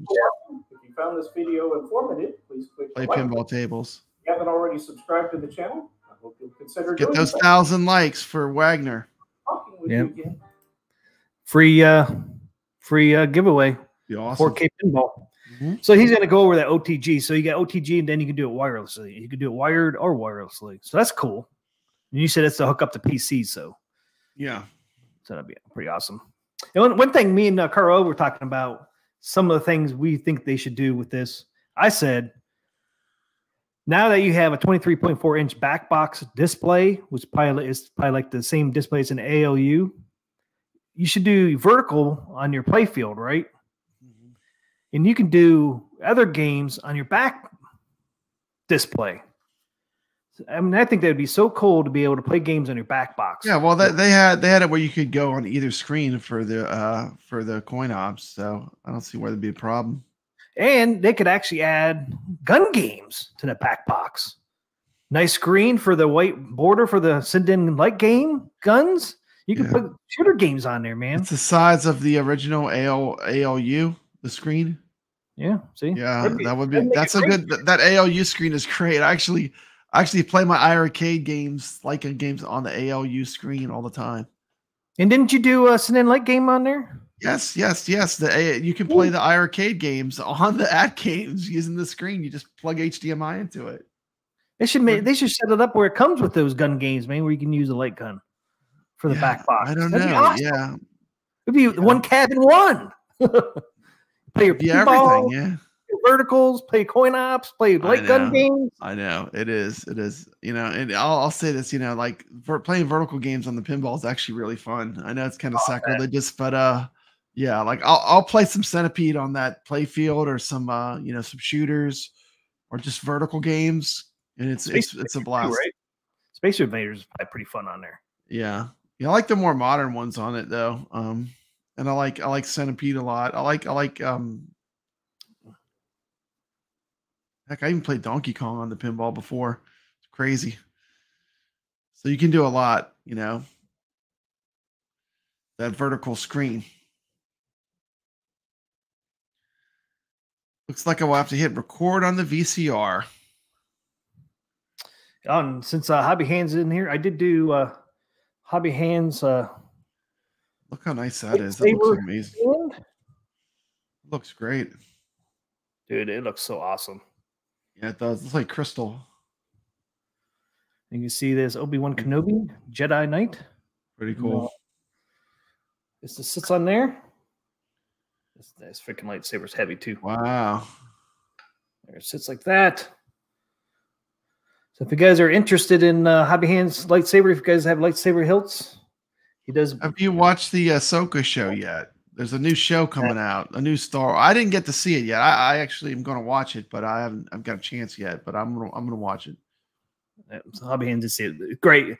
I mean, Hobby Hands, this is awesome, dude. He even gives you little bumpers for the bottom. Yeah, that is tight. That is tight. If you put a light underneath it or behind it, it'll look really cool. Yeah, it's awesome. It even has a little bit of weight to it too. And if you pay $29, he'll round edges for you. He'll glue it all together for you, so you don't have to do it. Yeah, I want it glued together, man. I don't have to glue that myself. I'd pay for that for sure. It's $29 if he does all the work, or $21, and then you put it together. So yeah, Goofyfoot saying he's hoping to have proper setup to play Mad Planets with Glenn's deck. You never know. It's got a nice. It's got a spinner. But Mad Planets, I thought used the flight control stick like Tron. That's a hard one to emulate. Train Fantastic says I run my retro consoles through a Sony 4-head VCR. Cool. Wow. Wasn't this Sony 4-head? Wasn't it like that was like an upgrade, wasn't it? Yeah. Like that was like the next one up. Yeah. Like this 2.0 version. I think they first came out with 2 heads, I think. Mm-hmm. Remember. Yeah, they were messing, when VCR, then Laserdisc, Yeah, my dad wanted to get laser. Then what? DVD, then don't forget Beta. Blu-ray 4K. Well, there's been a lot of different types of media that we've had to adjust to over the years. Yeah, and then you went from 8-track to cassette to the disc, right? Compact disc, CD. And that's it, right? I mean, then to digital. Then the digital, yeah. Digital only. Crazy. Digital everywhere. Who thought that? And then the funny part is vinyls came back. Like vinyl now is big again. Records. People buying records. Records are everywhere. Yeah. My sister still has her records from the 70s. original ones, like Bay City Rollers. Yeah, it'd be cool to have like a 70s hi-fi, like one of those Moran's ones, like one of those old school ones. That would be cool. That would almost be a cool thing to have, like an old. Yeah, but she was mad at me though. Her favorite band was Bay City Rollers. I tried to use it as a, rap scratch. Oh man, you did a number on her vinyl. That record. That record skips like a mug now. Yeah, it doesn't work anymore. Permanently rap sounding. Yeah. She wasn't too happy with me. Yeah. What happened to my record? Why is it all scratched up? I had the Pac-Man Fever record. The vinyl. I remember that. Yeah. I had the Pac-Man Fever record. And now the funny part is my last CD player was in my car. My car CD player went out. So now I got the CD and I have no way to play it. I have no way to play this. I don't have any other CD player. Can you put a new one in there? Yeah, I could. I don't know. They're not expensive nowadays. Yeah, that is true. Maybe I'll do that eventually, but look at Best Buy or Amazon. I bet you get cheap. Pick one up. Yeah. They used to be expensive. I at one time, man, my pickup truck I had a 6. Whoa, you're crashing stuff. Pac-Man Fever. I'm crashing my camera. You're crashing your. I know, man. Yeah, I had one time I had a 6 CD or DVD changer. I thought I was high tech. Are VCRs expensive? I bet you Walmart still sells a VCR, like a cheap one. Do you think? Probably not a good one, but I bet you they make a cheap one. You gotta be able to find those cheap in like thrift stores. I just Goodwill, man. Goodwill. I just threw one away. It was worked.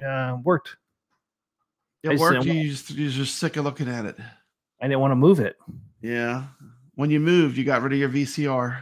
Yeah, but it was in a box for many, many years. I think it wasn't used. It probably still worked too. Yeah. That's a shame. It was almost new. I mean, yeah, Mikey J Productions would have been all over that. See, one man's trash is another man's treasure. Wow. I also had a Panasonic no flip laser disc player. Oh yeah, I remember the no flip. So I don't have to flip the disc in the middle. They did so many weird things. Remember they had those lasers too that were like in a case, they had a weird format where it was like almost like a cartridge that went in that was a laser disc. That was like the first. That Panasonic, or who made that? That was some kind of crazy thing they had. I remember back in the 80s. That's the one my mom or dad was looking at. Yeah. Yeah. It was like you stuck it in there. I think that might have been almost like a, I don't explain it. It's almost like a 8-track tape, the way it was like plastic. It was encased in plastic. And you just stuck the whole thing in there. The whole thing in there. Yeah. It's crazy. Kind of like a cassette tape back then. Almost the same. Yeah, that was the one my dad was buying. I'm not sure if it was Panasonic or Sony. Sears had them. That's where he was looking at them at. Sears? Yeah, Sears. Sears back in the day had everything. Yep. You get your Craftsman tools in an Atari or ColecoVision. Guess what? The first purchase I bought on my first ever credit card. I was 20 years old or 19 years old. My first credit card. Guess what I bought? I don't know. It was a Sears card, and I bought a Craftsman toolbox. Craftsman toolbox. See? Guess what? I still have that toolbox. Still have it. Still have it. Today. It is withstanding the test of time. 30. Wow. 3 years old. Yep, I still have that. Yeah, that is cool. That is cool. First purchase ever on my first credit card ever. It's still in good shape too. Yeah. Yep. That was my first purchase ever. Take care of it. You can have a toolbox for life. Take care of it. And damn, 33 years old. It's like life. Atran Fanatic got a 23-inch monitor for $850 at Goodwill months ago. I bought the monitor. I gutted my iiRcade and put in a whole different monitor, a Dell. I paid $20 at a pawn shop. It's beautiful. Looks beautiful. $20. $20. Perfect fit. All I had to do was disassemble everything and put it in. Well, how easy was it to put it in there? It wasn't. I made a video on it. It's not hard. You can watch a video. Yeah, I didn't even bother. I'm happy with the way it is now. I'm just gonna leave it the way it is. I like it. But yeah. I mean, modding stuff doesn't need to be expensive. You can make it expensive, but it doesn't have to be. I mean, you just gotta always be looking for deals. Yeah. Like Hobby Hand says, I was not expecting to walk out of that place with a monitor. It was just like, I was like, this is perfect. This is, I mean, I just looked at it and I knew like that is the size. That is exactly the same size. And it was like when I went home, it was exactly the dimensions. Nice. Awesome. But there's deals out there, you know, just keep your eyes open. Yeah, if you go to thrift stores and Goodwill and all that. Especially if you like the mod arcades, then, you know, I mean, you know, you want the kind of monitors that a lot of offices threw away, you know. I hate to say it, but yeah, true. You want those older aspect ratios, and you know, they really don't go bad for the most part. A lot of them don't. Yeah. They do if you pick another one up cheap. Yeah. Not that big deal. All right, want to do Game of the Week real quick? Yeah, let's check it out.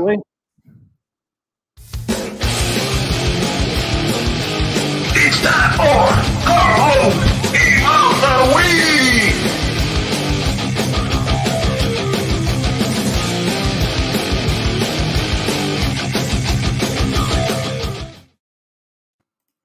Okay, Carl's Game of the Week. Didn't do it's Peter Packrat. Awesome. He gave me the marquee, man. I forgot to download it, but I'll get an image real quick. Here's a copy of the marquee. That mug in there.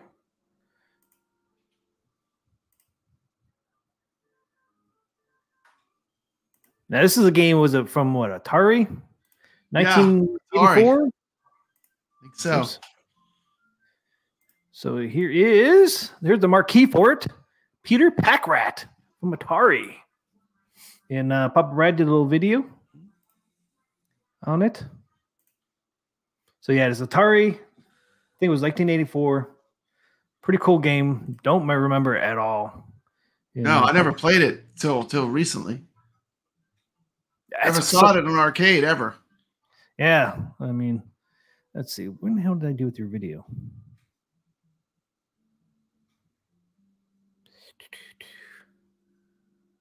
That's not it. What the hell did I do with it? It was right in here. I know I saw the damn thing in there earlier. I got too much stuff in here. My downloads. I was prepared. Yeah, MJP knows. Dude, what did I do with that damn We have thing? assimilated it. We have everything anymore. It's crazy. Yep. Got most of MAME ported.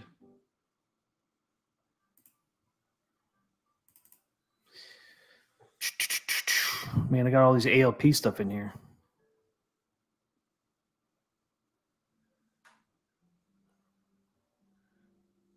We'll just do. It's all. I'll drop it on my channel right now. So just play it off my channel. You can just activate it right now. I'm not. It's active. It's up. So like, if you want to play it, it's on my channel. All right, let's go up there.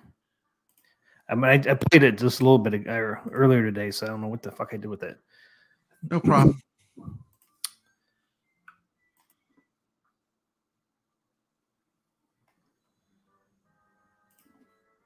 I always think I'm prepared, man. Something always freaking goes There you wrong. go. I mean, Bozo Calvin said, I just got through playing Packrat on his coin ops, on his Legends arcade.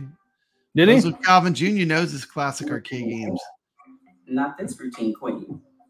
Yeah, that's just how she rolls. Long may she plan. To all of Get her an team, Uber. now you can reserve your Uber ride up to 90 days in advance. Okay. Unit commercials. I got to skip it, sucker. Yeah, it's okay. Skip. Skip ad.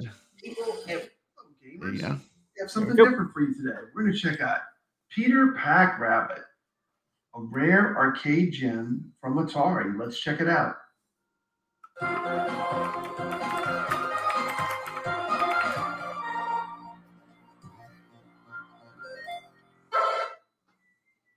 This is one I never heard of. I love the music. I know. Sounds The like music is great. Sounds like Shout out to Pepperboy. Carl O. Arlo! We're playing this on Arcade Talk. Been playing a little bit to practice for the show. Must be a pretty rare game. Never came across it in the wild. Never really heard about it. So TMCLOSKY said, we're playing Peter Packrabbit. Like, all right, let's check it out. Let's learn a little bit about this game, Peter Packrabbit. Game was made in 1985. It is a platform game. Was released. Let me get that bottle of wine. He's picking up that bottle of wine, taking it home. Programmed by Peter Thompson. With graphics by Sounds like Paperboy. Debbie Hayes. He was an animator, but worked on films such as Fire and Ice, Watership Down, and American Pop. Pretty cool. Peter Packrabbit is a platform game where the player controls Peter, a pack rabbit, who must gather objects such as bottles, cans, or wrenches and take them back to the starting point to complete each level. The game features 3 unique stages. What'd I do? A junkyard, a sewer, and a large tree. There it goes. With the layout, number of enemies, and number of required objects changing each time you play a level. A group of enemies known as the Gang serve as the main obstacles and include Riff Raff and the Rats of Flatbush, Claude the cat, Scrapper the bulldog, Sticky the spider, Slugger the bat, Big Al the alligator, Diamond Jim the snake. There's even a night owl that lives in the tree level. Lives in the trees. That chases you around. Pretty cool. The level design's really good. Huge variety of enemies is one of the things that makes this game really fun. That got Plus the music. That got me. Peter can pick up and throw additional items to stun enemies, also allowing him the ability to ride some of the enemies about the stage. Peter Packrabbit was developed by Atari Games, and it was designed and programmed by Peter Thompson with graphics and animations by Debbie Hayes, who previously worked on an animator's on films such as Watership Down, American Pop, and Fire and Ice, and 3 great animated movies. Wesley Rabbit. Points are awarded based upon the amount of time remaining, and all items are collected. 1984. The number of enemies stunned. The game has 4 levels that can be selected before gameplay. Easy, medium, hard, and good luck. Good luck. That changes the starting level. Reminds me of Popeye a lot. Like, also, I love Popeye. Take it for a ride. That's the coolest thing. It's one of my favorite mechanics of it is that you can like fly around on some of the animals. It's a pretty amazing game that really I've never heard of. I'm surprised because I consider myself pretty knowledgeable about arcade games. This is just one that never came across. People play it after watching this video. Reminds me a lot of other great games. It's definitely fun. If you like games like Popeye, Super Mario Brothers. It's got a little platforming feel to it too. This game is fun. You could tell they used that synthesizer chip like on the Marble Madness. Upgradable arcade hardware. And uses the same audio encoding processing subroutines as the game Marble Madness. Maybe that's why you recognize the sound. If you ever played Marble Madness, tell us it's using the same sound chip. Paperboy too. Playing this song. Yeah, Paperboy. Yeah. Even the Indiana Jones, like that series of games. On Coin Op Sex. It's in MAME, so if you have MAME, you can play it. You can play it on Raspberry Pi. Tons of ways to play this game. You can always play it on a PC too, using MAME. Have you heard of this game? Have you ever seen this? Oh, sound went away, T.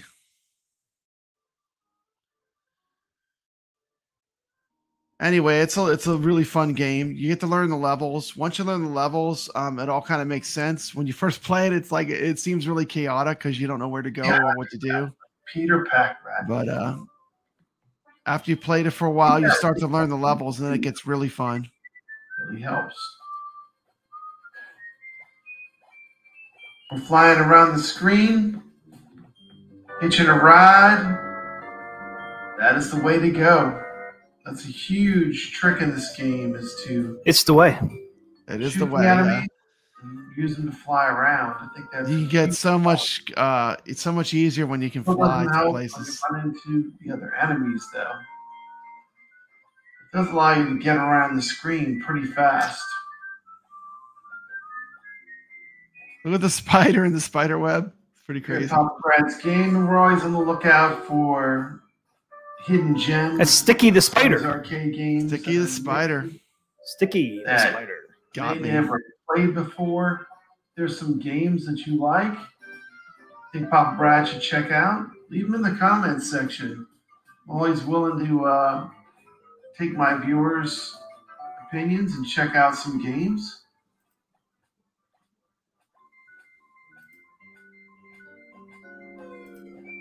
Yeah, to turn my papabrad on. My Mr. Do back there. There you go. Easy to learn, difficult to master. Yeah. It's Atari. Falls into that category. Hooray! 32,000 point bonus. Wow. 41,000. Like when me and T started playing this game, we were like, "Oh, I got 10,000. I got 11,000." And then he sends me a screenshot. What was your last time? 172,000 or something insane. Yeah.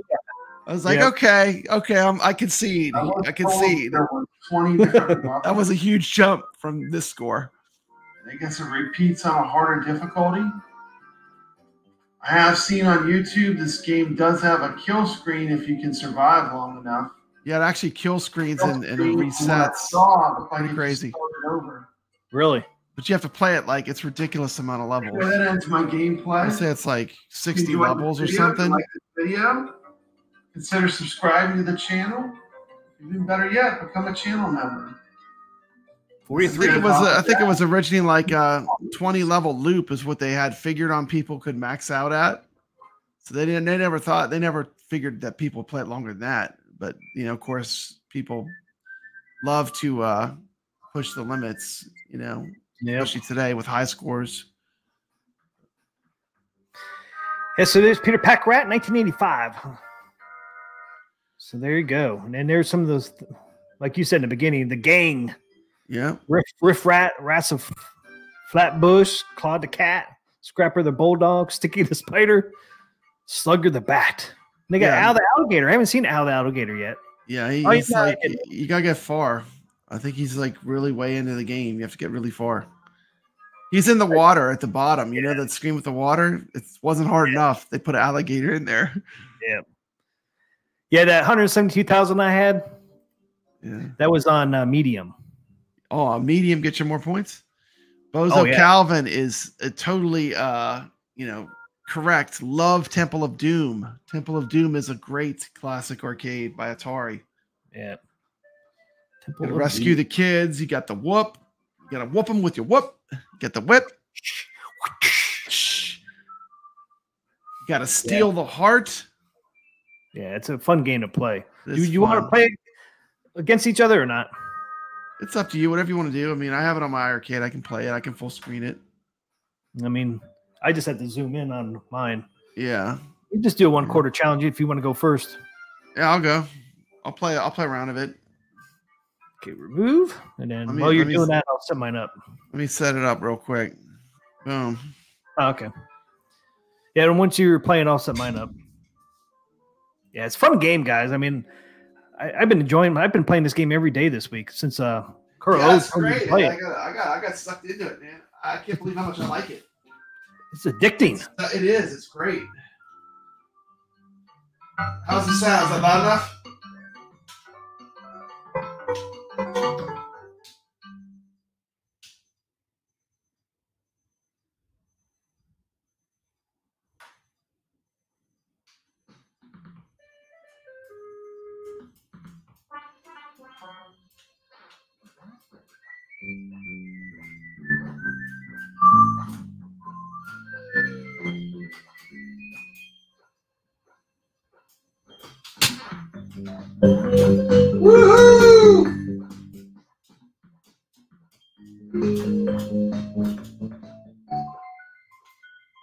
That's how you do it.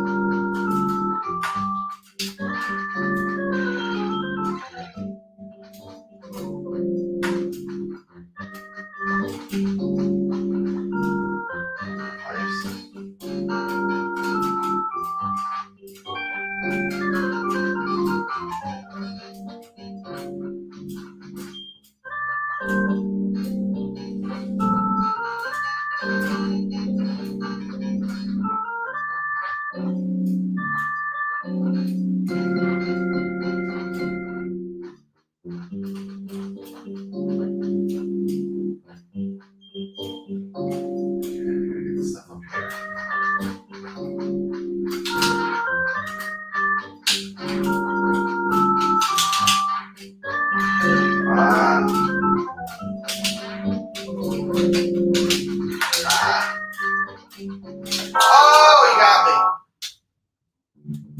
Almost. Get that wrench. That monkey wrench.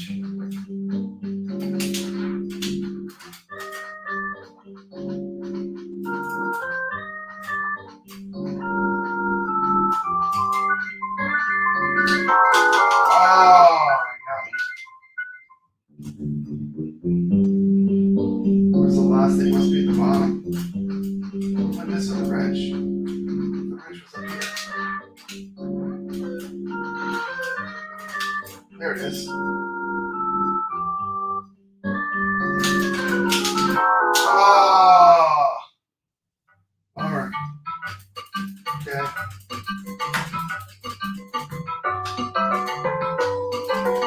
Didn't get to the street.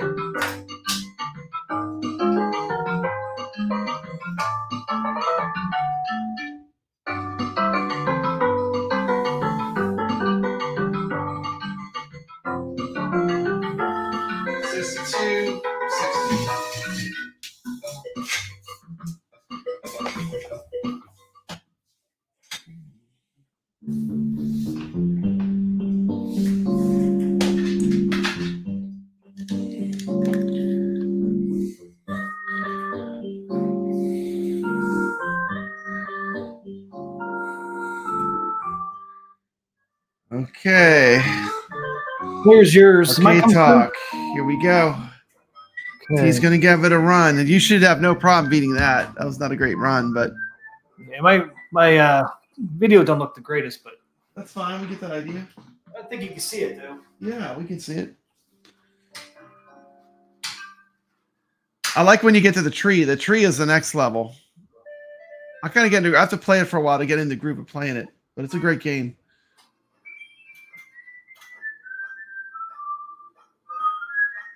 Can't believe I hit that that bug and flew around on the first level. It was fun. Don't hit the drips.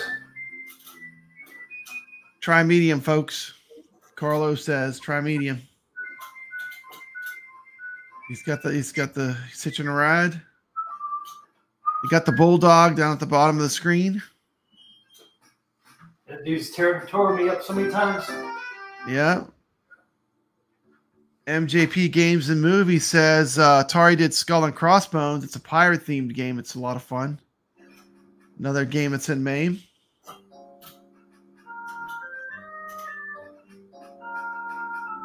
He's been practicing. He's been practicing. I could see it. Yeah, can you tell? Been practicing, yeah. You've been practicing, dude. You got the pattern. You know where you're going. I do get into a groove like my. Usually my second game's better than my first game. My third game's better than that.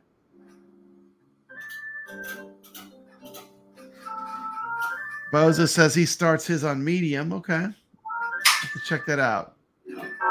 That section is tricky because it's slippery. You like slide no matter what you do. You slide when you get to that green, that slime on the ground or whatever. It makes you slide. Yeah, the green. There we go. Level 2 complete.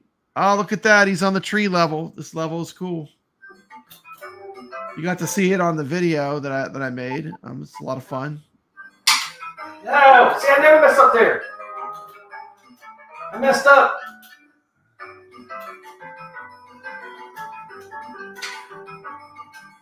Hit the bulldog. Knocked him out. Went through the holes. I got 2 left. Dude, I never mess up on this level. Oh no, I'm always messing up. Yeah. It reminds me of Donut Dodo. I know. And think about how modern Donut Dodo is. This game was really great for when it was made. I wonder why it never really caught on at arcades. I know it was a conversion kit for Marble Madness. That was a pretty popular game, though, back in the day. Maybe a lot of people, maybe it wasn't popular to reconvert that game.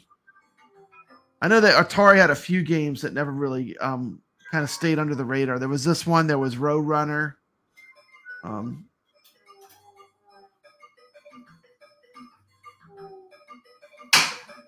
What?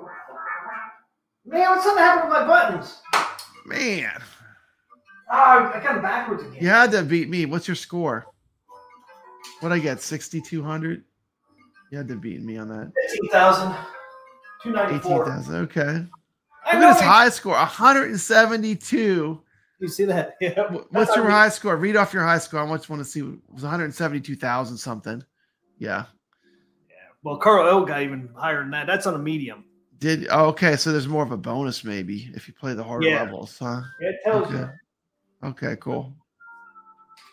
Anyway, check out Peter Pack Rabbit. Great game. Highly recommended. A lot of fun. It's in Maine. Yeah, so no bonus on easy. Medium, you get 150,000 bonus. Ooh, 150,000 is a lot. That's how you get those big scores. Yeah, hard is 350,000. Wow, big money.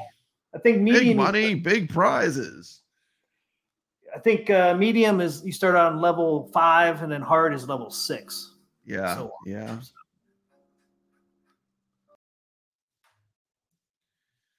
Almost 90,000, Carl. I love this game back in the day. This was out at my bowling alley, just like DJ Boy Arcade. Cool.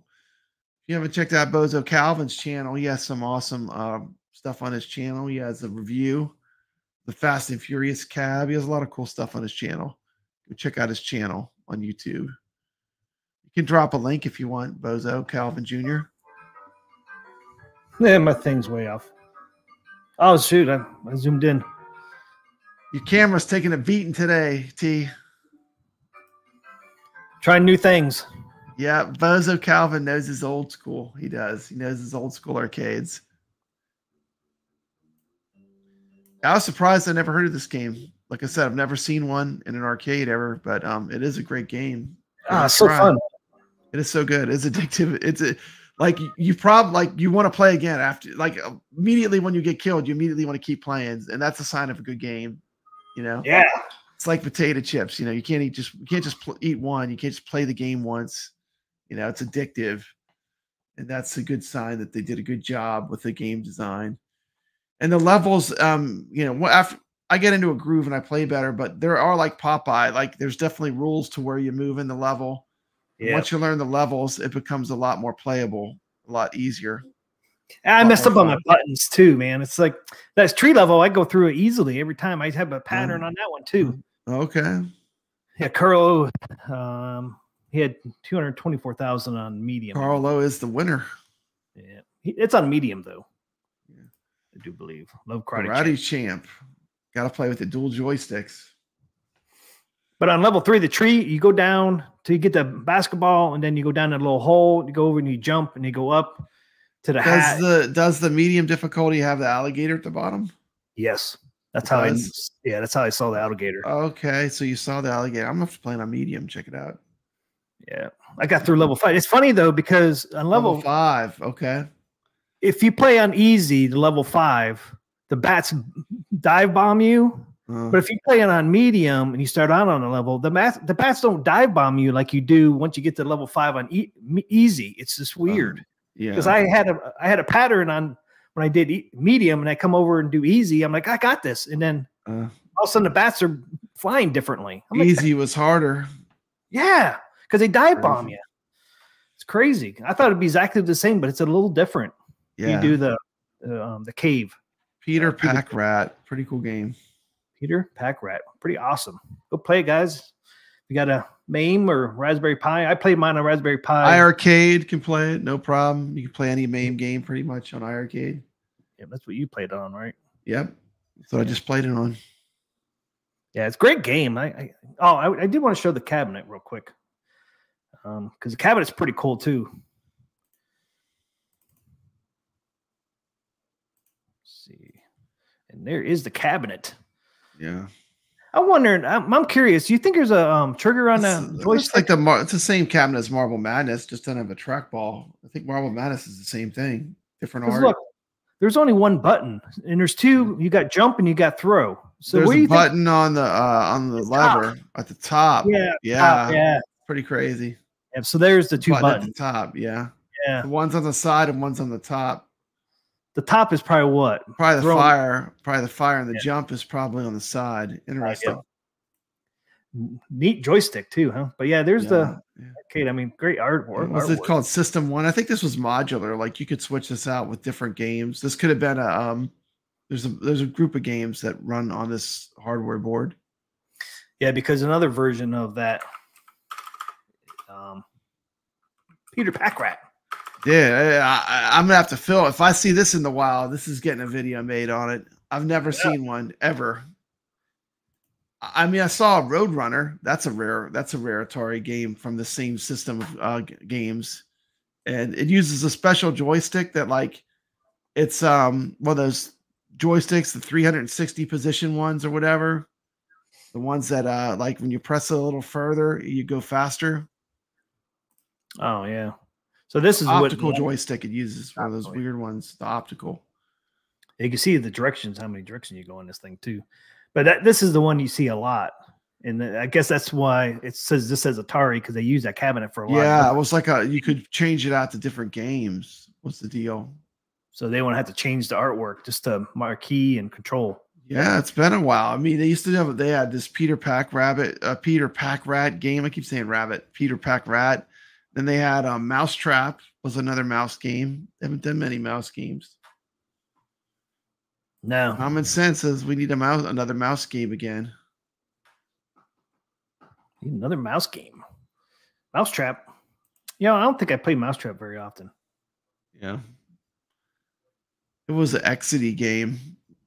It's an older game too. It was like back when they had Venture. They had one at Cidercade. They had one at Cidercade. They had a real Mousetrap. Oh, nice. That is an old one though, man. That's going back. That's in the Wayback Machine Mousetrap. Yeah. Okay, I guess it's time for the giveaway. Yeah, let's give out some games. $100 worth of games. $100 game is Arcade Paradise. Is the game we're giving away. I did. The game looked like you got a clip. Yeah, I played a little clip of me playing it. Don't tell me I don't have that now either. What did I do with all my stuff, man? This show, man. All over the place. Oh, I know where it's at. Yeah, normally I keep everything in my one damn file, but for some reason today, man, it's what happens when you're in a hurry. Yeah. I think it's in here. Arcade Paradise, where are you at? There it is.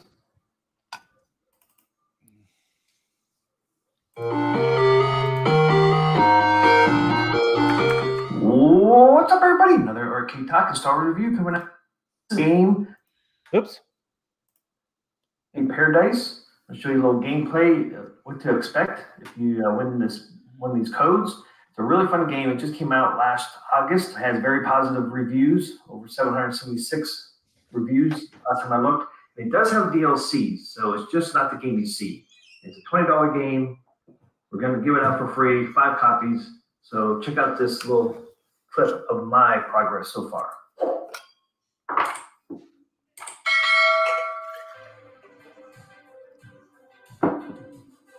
As you see, you got your continue, options, and DLC. Right there, it shows you they do have DLCs in this, so it's a really cool game. The whole object of this game is you're starting out running a laundromat for your dad, but your main goal is you want to start building up an arcade. So it's called King Wash. Okay, so there's like some of the options you can have in here. Arcade management. You got your account, to-do list, upgrades, settings, accounts, alarm levels. Yeah, it's a little gameplay on this little handheld device here. It's back out here. Let's go into King Wash, arcade in back in laundromat. Yeah, video air hockey, so it tells you what we have so far, and you can buy other football machines and arcades. Take me back to paradise. This is Tuesday morning. Normally, when you first come in, you got to pick up trash. And normally, after you pick up the initial trash, you don't really have any trash for the rest of the day. Kind of makes sense, right? In real life, you'd have more trash overnight, especially if it's a 24-hour laundromat. You do make money picking up trash. It's called maintenance income. So I just go around and pick up all this trash. All this damn trash. Messy people. Just saying. He's got a good gimmick going there, man. He's using the laundry and the arcade connected. Go outside and take the trash dumpster. There's a little game here. And of course, you got to try to hit it right up there. Boom. Boom. $30. Cash money. Go back in here, pick up the rest of the trash. Look, they put the trash right on top of the trash can. Why couldn't you put it in the trash can? Put it on top of the trash can, T. What's wrong with you? What's wrong with you? You did that close. Do you think you're a Burger King? Okay, all this. And then you got this gum, which is a little gameplay too. You pick up gum, suckers. Get money from picking up gum as well. They just made $30. Can you actually play any of the arcade games though? Can you play? Yes. Did they have like mini games and stuff where you can play the arcade games? Yeah, you can play all the arcades. That would be fun, I would think. Are there any great ones that you really like? Any cool like mini games? Not so far. There's a couple ones. Arcade now. But as you upgrade, it looks like a real arcade. As you upgrade, you get better arcades. Okay. Air hockey. Look, you get the rug. Get the arcade, good rug, yeah. So I have upgraded my arcade. It did not look like this. Right here, there's a wall right here. It went all the way across. And I just had this little room right here. It was not painted or nothing. It was just, it looked like a back room. So got a drink machine in there. Looks like my real carpet in real life. Down on there. Got the black lights going. So it's pretty cool. I mean, this is my first upgrade. First upgrade. And then you go to your office. And then you got your safe where you put your money. You have to do like a little save thing. Spin the wheel. It's like a mini game. Yeah, it's pretty fun. There's a mini game to open up the safe. That's pretty cool. It is a pretty cool game. I wonder if you have robbers. I haven't run into any robbers yet. Cash is deposited. Then you go over here. Your computer. You got your phone over here. It looks like he's got Castle Wolfenstein on that computer. Yeah. Remember Castle Wolfenstein? Bottom right-hand corner, it shows how much money you have. Cool. I have 112 in there. As your eBay Sterling, your balance. I guess you can probably sell your arcades. I think I haven't got that far yet. And then over here, you got arcade imports. Look at that pinball. Guys, you get pinball now. Pinball, yeah, it's big money. Big money. You're not there yet, T. Kung Fury. You gotta be a baller. This is the import ones from like overseas. And then you have this Arcade Mania. So you have more arcades you can buy here. Look how expensive they are. On that. Wow. Blockchain jukebox. Definitely want to get a jukebox in here. So pretty cool. And then this here. Had a racing game. Sister. It's awesome. Jukebox. And then you get wide Dude, even that interface, it reminds me of back in the day, man. And then your whole point of trying to get this arcade is you got to pick up your coins from your arcade machines. So you just crouch down and you get close enough to the thing and it'll come up. I have $12 on that one. And you just go around all your arcade people. What's your most popular game in your virtual arcade? Right there. That game's the most popular one. All the arcades now. Actually, I guess it was that one. People are playing them. 37. That one doesn't seem to be a big. push yet on that one. That one always has the least amount. Money. Racer Chaser. But you can Stone Cold. The safe, I have 103, or you can go back and Racer Chaser. So I'll do some wash, make money out here. That's how you make your money in laundromat. Put the clothes in there. Look at that. And it kind of tells you where you can put the clothes. You can put it in any machine really if you want to. But. It's a cool game. Yeah, I've been really enjoying it. So now they're all washing. You go around and pick up trash. Tokens. Clean out your token machine. Does it, you have to put coins in there probably, huh? I always forget to collect this. What's that? You have to put coins in the token machine? So No. You just empty it. Okay. Yeah, you just empty it. Picked up, but for the most part, I think it's pretty much done. Oh, you do have a toilet. Tokens. Stuff you have to clean the toilet every once in a while. Right now, my toilet's clean. You even have to clean your toilet. In here as well. Yeah, but even got to clean the toilet. This is too much like real life. I know. I feel like I'm getting a job managing this arcade. It looks like work. It is work. I hear you. It's fun work, I guess. Wash my clothes. Some more clothes came up in here. Dang, people with their clothes. Dang, you're like a slave laborer at the laundromat. Pull them out of the dryer and put them over into this area over here where the customers pick up their clothes when they're dry and fold. You get like $30. I know. If you want to make the money, you got to do the laundry. Yeah. So yeah, there you go. A little gameplay of this game that you can win tonight. It looks cool. Free code for this game, Arcade Paradise, where you can build your own arcade and put your whatever machines in there that you want. Yeah, why wouldn't you? Hopefully, stop by the stream tonight. Hopefully, subscribe. The whole point of doing that girl, she's all like hunchbacked. More subscribers. She's like a hunchback. Hit the subscribe button before you. Look, man, we got all the hunchbacks at this arcade. Awesome. It's tonight, Thursday, August 31st, 9:15 p.m. Eastern. All right. Wash my clothes, Calvin says. Transformer Mania, I'll pass on this game. It's waiting to evolve. A-Train Fanatic, yeah. It's pretty fun, and you can play the games in pinballs. And I'm thinking when you get the jukebox, you can select your music. So you don't have the generic music. Says, I'm not a fan of job simulators. They make me feel like I should be working instead of fake working. This looks like a fun one, though.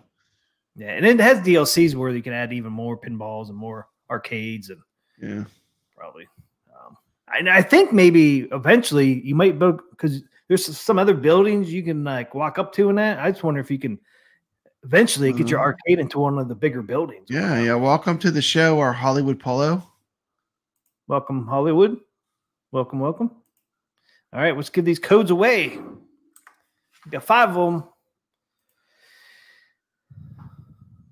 Pull up that giveaway tool and let's do it. Maybe I shouldn't have showed a little gameplay. Everybody's like, I want. Yeah, it looks pretty good to me. I'd probably play that. It's pretty fun. I've been enjoying it. Like it's addicting too.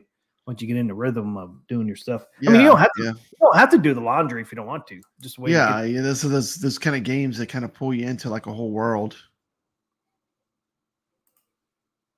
You can just do arcade stuff if you really wanted to. Yeah. Let's do #arcade. Let's see. How do I pull that up? I can't remember. Oh, I just drop it over here. And then you go bloop. There it is. Bloop. #arcade. #arcade. For Arcade Paradise. What a rip. All right. Nobody wants we got 0 entries.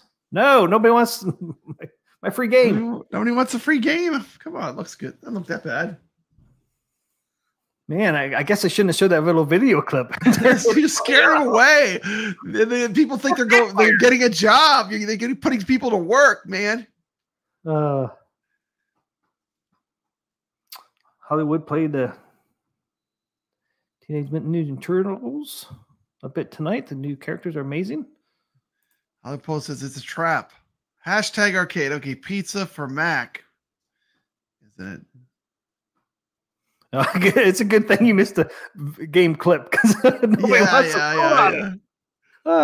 wants the game. I would actually play the game, but I refuse to enter in a contest that we're running ourselves. So, yeah. So come on, somebody, give me that this game. We got 11 people in here. Nobody wants it. Nobody wants it. Wow. I should have just showed the little video clip from Steam and been done with it. Yeah.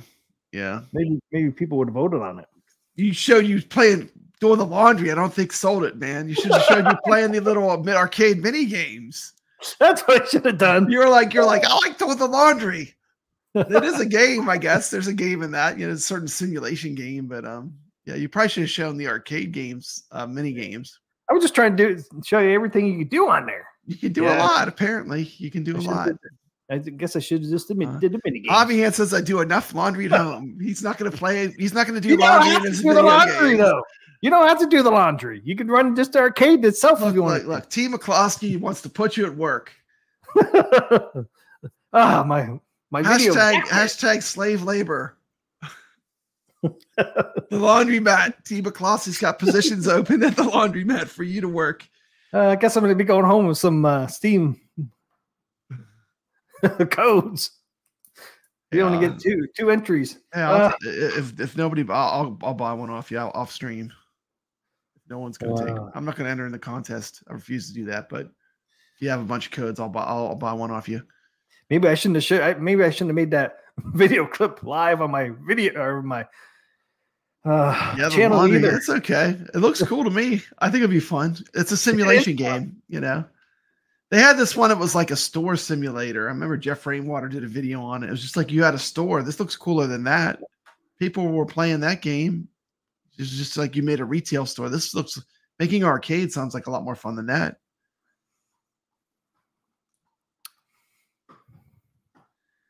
Yeah, I thought it was pretty fun. I enjoyed it. I want to see how far I can get the arcade up to. That's what I wanted to see. Because I think you might be able to put it in one of the bigger buildings. You can have a huge arcade. But yeah, I know when it first came out, there was people. Okay, Jeep Man just entered. Jeep Man just entered. We got three. We got three. We got three. Okay, 3 people. We got 3. Well, your chances are good. We got 5 of these games. Yeah. Your chances are really good. Your chances are really good. We got 5 of them. Yeah, I thought it was kind of a cool game, but yeah. It is what it is. Harold's all happy with my find, but other people say no. You have to do a polka dance. I don't want to do a polka dance if you got 10 entries. We got 11 people in there. 10 entries would be possible. Yeah, yeah. You always give your code away to somebody too.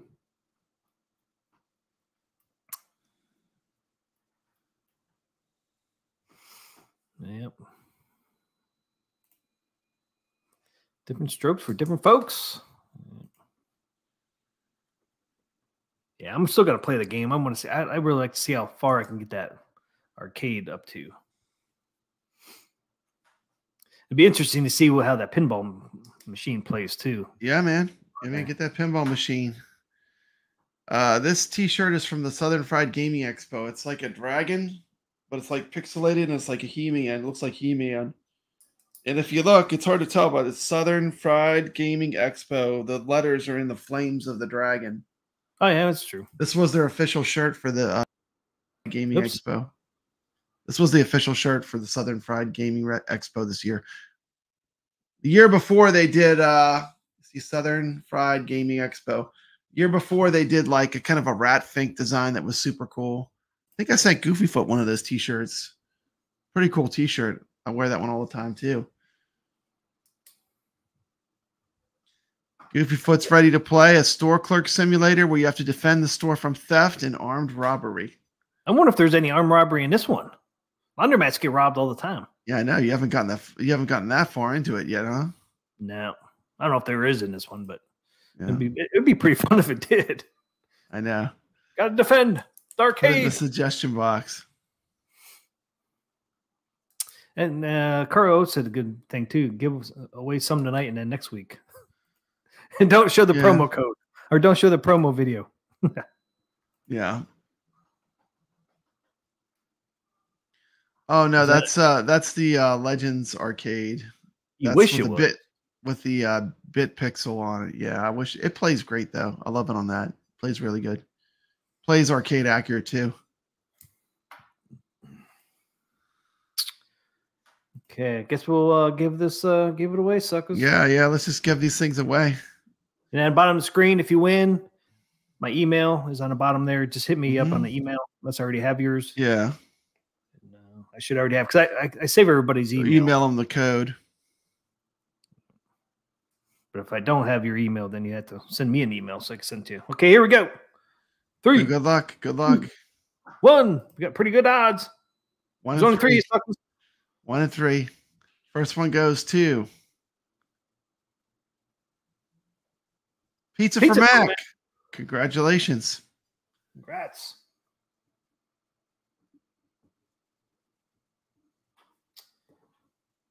Need my damn pen, man. Carl, man, he had a good chance, and he still didn't get it, sucker. All right. Let's roll again. Let's roll again.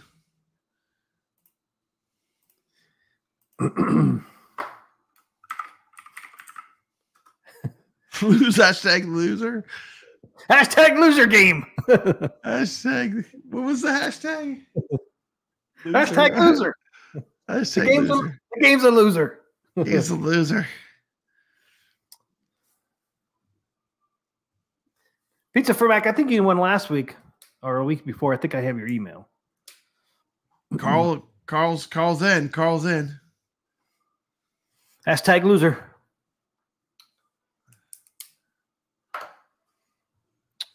Let's look at 10 people in there. You got 10 people, only one person is interested.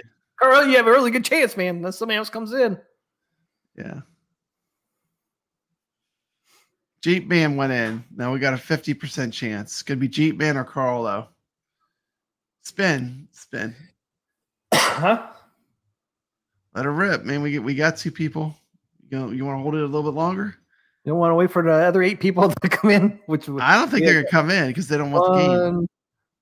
1, 2, 3, 4. I know at least 5 people that are not coming in. Hollywood Polo's not even entering. Oh, Black Cat Arcade just came in. We're up to 3. You got a good chance, a 1 in 3 chance. All right, at least we got another person here. Nice. Hobby Hands. Thanks, Black Cat. Hobby Hands, you have to put hashtag loser, not at loser. Hashtag. I don't think he wants it. Oh, okay. That's why I don't want it, huh? He's like, I'm half. Oh, no, he fixed it. He fixed it. I think he just didn't put the right symbol. That's fine. All right. We got 4. Nice. Thanks. 1 in 4 chance. Let her rep. Come on. We got a bunch of these games. All right. Let her rip. We got 4. Yeah. Good luck. Oops. Hey, clicking on that one. All these people are cool. Whoever wins it is cool. Yeah. Hashtag losers for the game. Jeep Man. Jeep Man wins.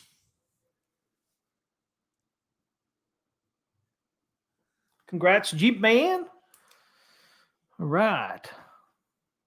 Yeah, they are close together. Am I lit up freaking? On mine, my light up keys are like yellow, and it's so light you can hardly see them. Okay. So what? Jeep Man victory. The at and the end and the hashtag are close together on the keyboard. They are. In a dollar symbol.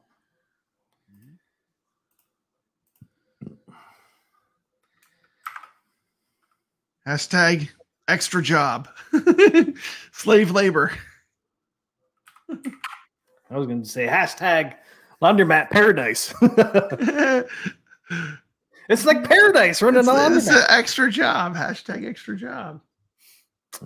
It's pretty. I think it's a pretty fun game. But it looks fun. I would probably play it. I'm honest. Like if we run out of codes and no one wants it, I'll get with you after the show. I would at least like to try it. It looks like something I would like to try at least. Yeah, I'm hoping once you upgrade these arcades, they'll get a little better as they go. They do have a racing simulator too. Do you see it? Yeah. Sit down. Bobby says minimum wage should be the hashtag. Nah, man, you make $30 throwing the trash away. $30, man, that's a good job, man. Yeah. I'd go do like that. You said, $30. Throw the trash away for just throwing the trash away once. $30. Yep. Yeah, man, I'll take that job. That's easy. That's easy money. That's easy money. I think you could play this game with just run an arcade too. Once you get upgraded, like where I have it, I think going forward you can actually just run the arcade, not even worry about the laundromat. Because once you get enough games in there, you make enough money on the the coins that you get out of it. Yeah. But if you want to play the game right, you got to do the laundromat and then show your dad that, see, the arcade is more profitable than the laundromat. That was part of it. Yeah. Well, arcades, the laundromats always used to have like 1 or 2 arcade games in them. Yeah. Mine always did. Yeah. That was crazy. For a while, there was a laundromat that had a Nightmare on Elm Street pinball in it. We used to go in there and not to do laundry, but just to play the pinball machine. I would go in there and play the pinball machine for a while. But that was fun. It was a Nightmare on Elm Street pinball. The ball goes into Freddy's mouth. That's a crazy pinball machine if you ever get to play it. Yeah, that sounds like pretty cool. I never played it. Yeah, it was cool. The one laundromat my mom used to go to was right next to the arcade. Oh, there you go. I was wanting to go. I was like, who wants to go to the laundromat with me? Me! Yeah, they were doing it. They were doing what the game's doing. Yeah, but that was awesome, man. I'd hang out in the arcade. Carlos in for the contest. Extra job. Hashtag extra job. Nice.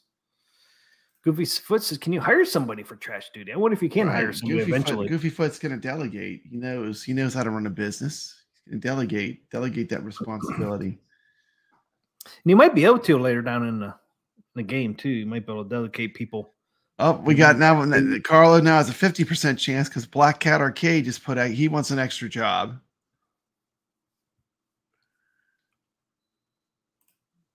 Yeah, arcade new. There would. Yeah, it's cool. Like the circle of life. You know, you're taking the coins out of the laundry and filling them up. You know, it's all goes around. The cool thing too, there was a movie theater right next to it too. No, it was like it was just a 2-theater one, but you had the movie theater. Then the laundromat was right next to that, and then the arcade was right next to that, and I think it was a haircut. Yeah. Carlo says, just give Hobby Hands a copy. Just give Hobby Hands a copy. Let's give it to him. Just give it to him. Hobby Hands. You go do hashtag again, man. Hashtag extra job. Yeah, I think that it was a small arcade, but it still had all the great games on it. I forget how many. I think it was so small. I think it had 1, 2, 3, 4. I think it had 4 rows and then one in the back. I think the back was all pinball. But yeah, it was big enough where it had a decent amount of machines. Cool. All right, so we can give this last one away. Yeah, let her rip. I think. Good luck. Good luck, you too. There's only 2 of you. That's so funny. It's going back and forth, back and forth, back and forth, back and forth. It's gonna be Black Cat or Carl O.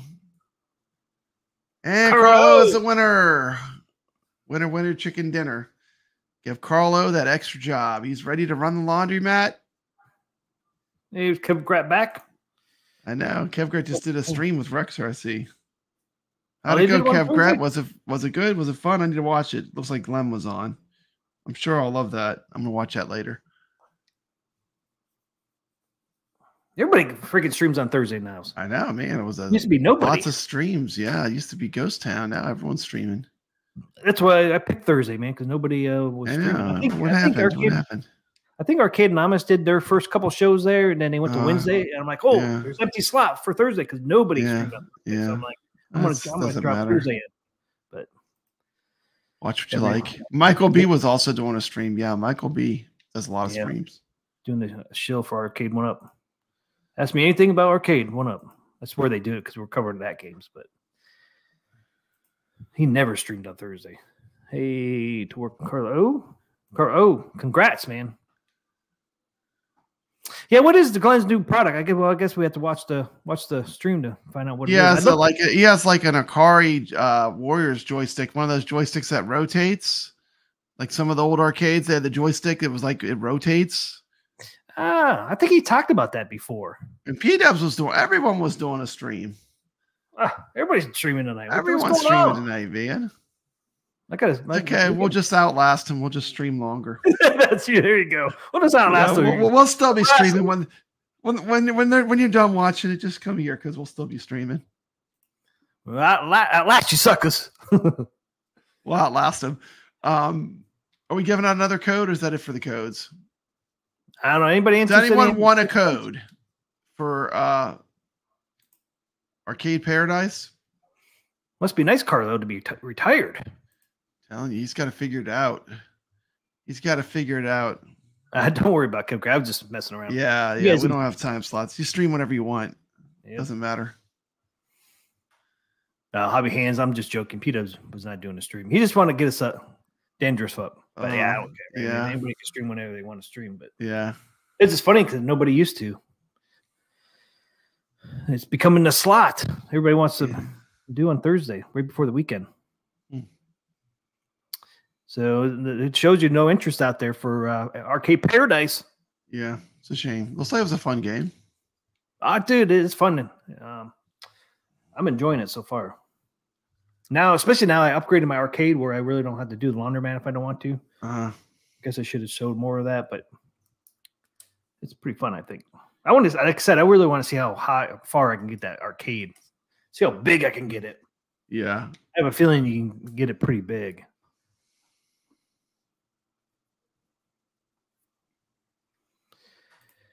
All right. I don't think I have anything else, man. I think we covered everything I wanted to. Okay, awesome. 2 waves. Covered Atgames again. We did I didn't have an arcade board for this week. We did Carlo's game. He introduced us to Peter Packrat. Great game. Fun game. If anybody's interested, I'll throw up that out of the vault video I did of Peter Packrat. So you can check it out. Cool. Fun game. I mean, that's a lot of fun too. That game. It's addicting too, man. It is addicting. Like as soon as you're done, you want to play again. I get so mad at Wave 5, man, with that freaking cave. It's like I thought I had to pattern down, man, and then I go into the easy one, and it freaking does a little different than the medium one. That's how they get you. Those bats, man, are a pain in the ass. Yeah, I was like, yes, because I played the medium just to get past that Wave 5, because you could just start on Wave 5, So I'm like, okay, I'll use that to get the pattern down and then go back to easy. And I'm like, yes, I got the pattern down, go back to easy, and it's different. I was like, what? Why is it different? Did it do you any good at all? It didn't do me any good at all. Did it do you any good at all? None. Because I try to do the same pattern and freaking bats freaking swarm down and get my ass. Yeah. But it's weird for a 1984 game. I did not think it would change it up. Awesome. I really didn't.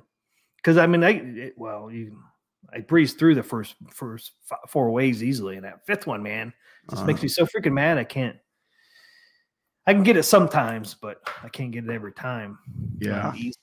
But have you got through Wave 5 on easy?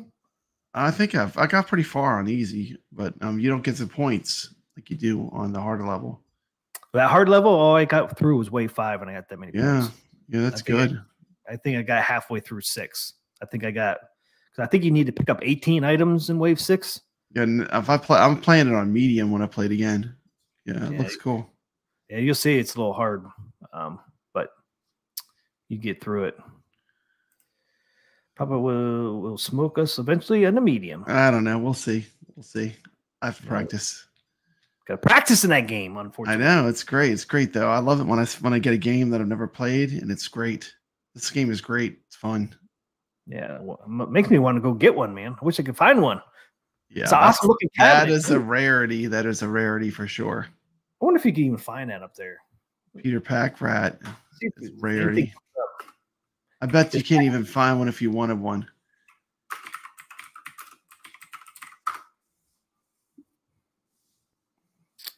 Let's see.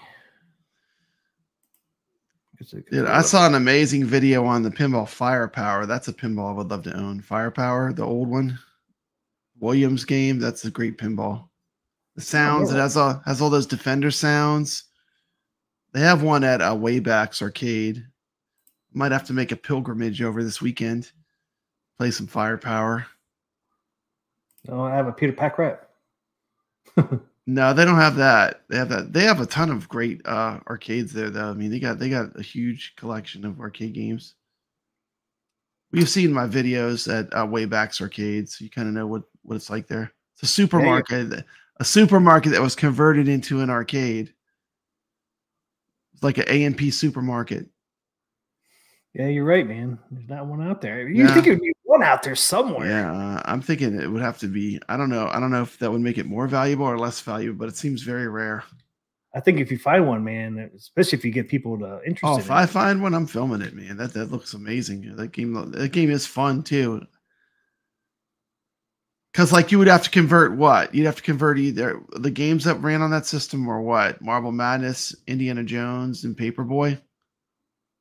Yeah. Those are some bangers. I mean, who's going to convert Indiana Jones to a Peter Pack rabbit? Right. You know what I mean? It's like Peter Pack rat. I keep saying rabbit, rat. Peter Pack rat. Peter Pack rat. He's a pack rat. He's the rat, not a rabbit. Yeah, there's not one out there. I mean, you would think there'd be one out somewhere out there. Yeah. I can't even find any video footage of the real machine. It's MAME. But, that's why MAME is great, because, like, preserve this game. I mean, they should cabinets, though. I mean, there's a bunch of places like this person here. They obviously have one. Yeah. I'm not giving it away, sucker. Oh, here you go. $1,200. $1,200. See ya. Oh, that was auction. Auctions, the starting price, huh?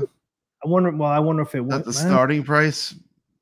Or is that what they won? I mean, it was June 2007. Oh, okay, yeah. So in 2017, they paid $1,200 US. That's probably Is that Captain's Auctions at Anaheim, California? Is that where they're at? I bet it is. I bet it's Captain's Auctions. Anaheim, California. Captain's Auction Warehouse. Yeah, that's Captain's Auctions. Yeah. They sell a ton of arcade machines at those things.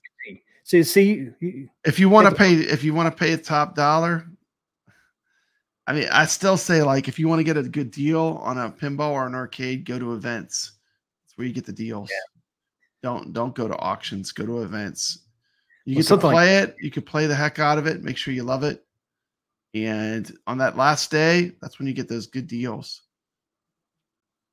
People purposely take games to sell them at the conventions, arcade conventions. This one I hear. I mean, so they're out there. I mean, we saw one in auction back in 2017. So there's a couple out there. But probably one for $1,200 because people didn't know. They're like, "What the fuck's this game?" Yeah, Since I've never heard of it, I guarantee a lot of people have not. Yeah, somebody's probably ecstatic getting that for that price. But that's the only place I see it. Yep, it's a rarity.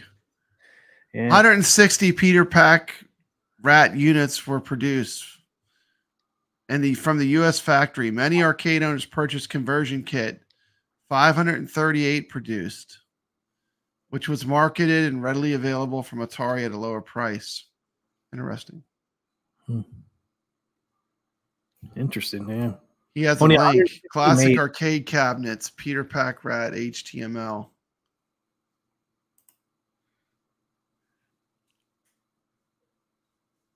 Wow, yeah, I'll have to check that out too myself. Interesting. Only 160 made. How many are still around today? I bet it's a very low number. Very, very, very low. Yeah, we saw one in auction. That was it. That was back in 2017, 6 years ago. See, that'd be one I would love to. I guess you have to check these auction places, man. I mean, sometimes you can probably get some good deals at these auction places, especially like a game like that. I mean, $1,200, especially it looked like it was in pretty good condition. Yeah. But a game like that where it's a rarity, man, I guess that might be the best place to go to get some of these rare games. Peter Pack rat. Interesting. 160, that was it. I know where to go to get these rare games. It's called MAME. Yeah. But if you want the arcade emulation, if you want the real thing. Hell, I won't even mind converting. Dan Z says they have a Peter Pack rat at my local up-down arcade. Oh my god! No way. Dan, really? Dan, get us some footage of it. There's like no footage of it on YouTube that we found. That would be cool. I would love to see that. What a real cab looks like. Yeah, I'd love to see that. Wow, I can't believe that. At my local up-down. Maybe they're the auction back in 2017. Welcome to Stream Steps Gaming. Up, up, down, down. Welcome, Steps. Dan Up, Z, up, down, down, left, right, start. All right. Well, I think we come to the end. It's 11:30 my time, 10:30 your time. Yep. Been 2 hours and 41 minutes. Yeah, like I said, I covered everything I wanted to cover. Anything you want to cover real quick? Not really. I have a new short out. It's fun. Check it on my channel. I have a new short video. It's fun. Go check out the short. Yep. papabrad. And like I said, if you guys want to see a little bit of gameplay of that Arcade Paradise, I'll throw the video up there. And absolutely. And I think papabrad has a video out there. Yeah, for I did the Peter Packrat. Yeah, it will be on my channel. So it's on there if you want to see Peter Packrat. Yep. What it's about. But even better yet, go play it. Go play it. Download it in MAME. Check it out. Play it. It's fun. If you like games like Popeye, if you like platformers like classic Donkey Kong or Donut Dodo, if you're looking at a modern one, give it a shot. I think you might like it. I like it. I think it's great. It's fun. Yeah, and I've never heard of it. There was one website when I was scrolling down there looking for a cabinet. There was one website that you actually can play that online. So if you didn't want to download it, there is a website you can play it online too to check it out. Steps is still trying the hashtag Space Ace. That's not happening, Steps. Oh, you see this? You almost see the Space Ace up there. Yeah, that's right there. Yeah, can you see it? Let's see. I should have turned that sucker on. Yeah, there it is. I'm gonna crush my camera again. Yeah, your camera's taking a beating tonight. It's because of Corey keeps getting pinched. Hit the floor 3 times, dude. And I'm not hashtag free road blasters. Road blasters. Free afterburner. Afterburner would be so hard to make with all that plastic on, and then they have the lights on it, and then that special joystick. It'd be a tough one for them. For company to make, it'd be hard. You're better off just getting the real arcade if you can find it. That'd be a hard one to have it be arcade authentic. Yeah, especially if you want just a stand-up one, which would be a little cheaper. Probably better off getting that. I wouldn't think that there is no excuse for Arcade 1-Up not doing Spy Hunter. Now they could totally do that game. I'm not going to buy it. I might have to buy Spy Hunter. They wouldn't put the right music. That would be the thing. You know, I just played my Namco Legacy Arcade 1-Up. Not to change the subject, but in the game Pac-Man Plus, on the first level, there's like a Coca-Cola can that you get, and they changed the art on it. I never noticed it, but on the Arcade 1-Up, they changed the art from MAME, and they took the Coke can graphic out. That's crazy, huh? Yeah, they couldn't get the license. They couldn't get the license for a Coke can, but it's it is cool. You know what it was. I never noticed it wasn't authentic though. They didn't want to try to get it. They didn't want to pay the license, so they took it out of there. Yeah. That game's infuriating anyway. Pac-Man Plus, it's like that's the Pac-Man where like you hit the Energizer and 3 of the 4 ghosts change blue and then 1 stays normal. And then sometimes you grab the Energizer and everything disappears. It's got all these crazy things it does to keep you on your toes. For people that thought Pac-Man was too easy, it was like a hard version of Pac-Man. But it's on the Namco Legacy Arcade 1-Up, and now I have it. I have the real version. The real version without all the edits. You get the Coke can on there? You get the Coke can when you play it on iiRcade. You're using MAME, using the MIA hack, the mod. Play all the real arcade games. Play the real class of 1981.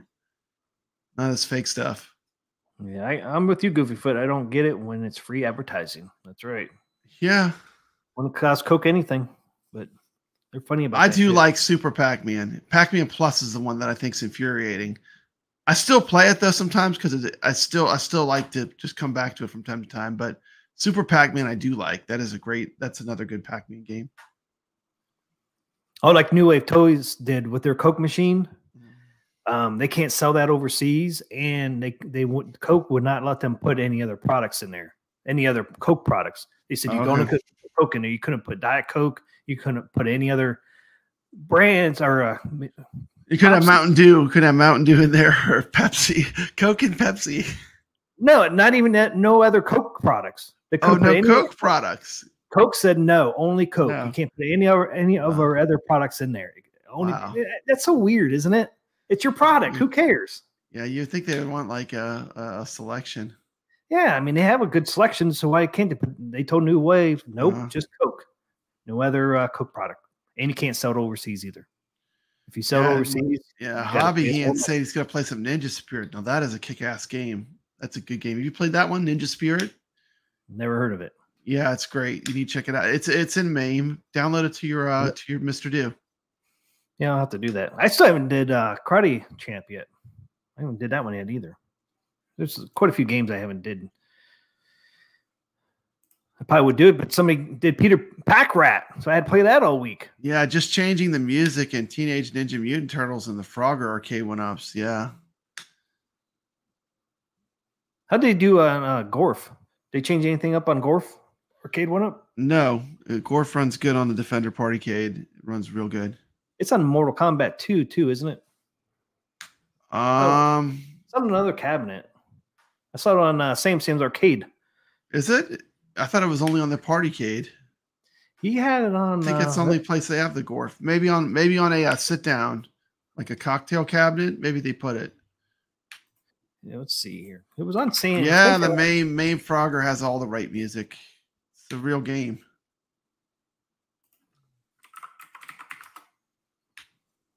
Why is the knee not popping up? I have to go to my history real quick.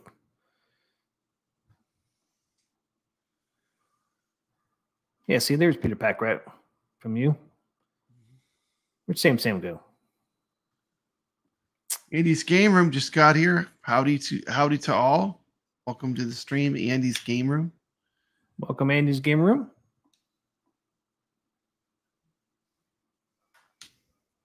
For some reason, I can't get his channel to pop up.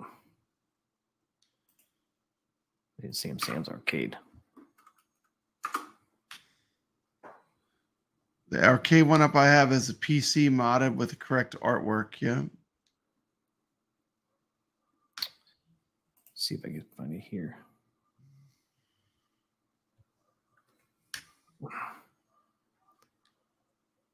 Hey, I can't find Sam's Arcade. What's up with that? He had it run in his background. Okay. I swore it was on Mortal Kombat 2. Oh, Gorf is on the head-to-head Mortal Kombat. Goofyfoot just said. Oh, okay. So there you go. Gorf does not run accurately on iiRcade, by the way. I did try porting it.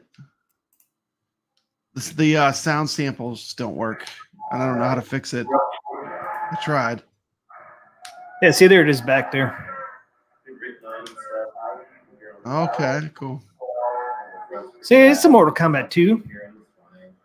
That's Wizard of War on that Mortal Kombat 2. Oh, that's what I meant. Wizard of War. Wizard of War, yeah. Gorf is different. Yeah, that's Wizard of War, yeah. Does that one run good on there? No. No, it has sound issues. The same sound issues that are present in stream and stream. Exact same thing it does. There you go. Must be something to emulation on Android. That's what AntStream uses.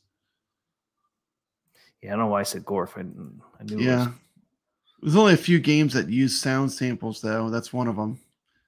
I swear, Goofy, I tried to fix it. I don't know. I don't know what I'm doing. I haven't figured it out yet, but I'm still looking at it. I'm still trying to. What's wrong with it? It does. The sounds aren't right, and I put the samples into it, and I tried working with it, but maybe eventually I'll figure it out. Maybe I'm missing something. Donkey Kong uses a sound sample. Yeah. Yeah. Is it like the jump or something? There's one sound that they have. I know on my Mr. Do when I had Donkey Kong in there first, until I got the sample on there, was the jump. The jump and the beginning, something else. When it goes up the ladder, when he goes up that ladder, the little fugue that plays when he goes up the ladder, yeah. And Zaxxon is also full of samples. On MAME, like you got to have all the samples or you get no sound. Yeah. Certain games, are real heavily. When you go to old MAME, certain games used a lot of samples. Yeah, the Donkey Kong, I finally got all the sounds on it.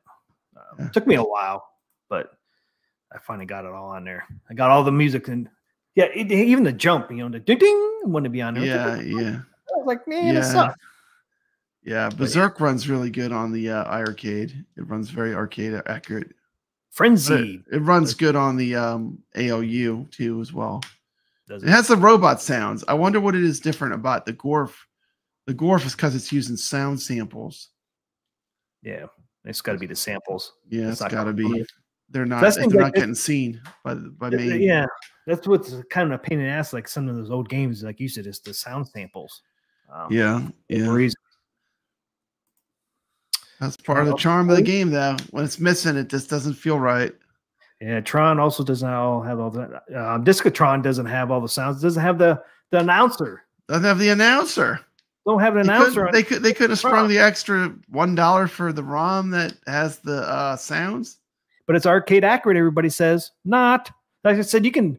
None of their cabinets are arcade accurate. You can't say any of their. In Spy Hunter, they'll probably have a regular steering wheel on there. They did it. A steering wheel. Yeah, be a regular steering wheel. Yeah, they would just take a Ridge Racer. Yeah, and just use the same stuff. Say, Spy Hunter. You got to do it right. Yeah, you're right. They won't. They won't ever do anything right. Yeah, maybe. I'll give them credit. Want it. Well, even Star Wars, they didn't do it right because they didn't make the the edging around the monitor look like the cockpit. They could have easily.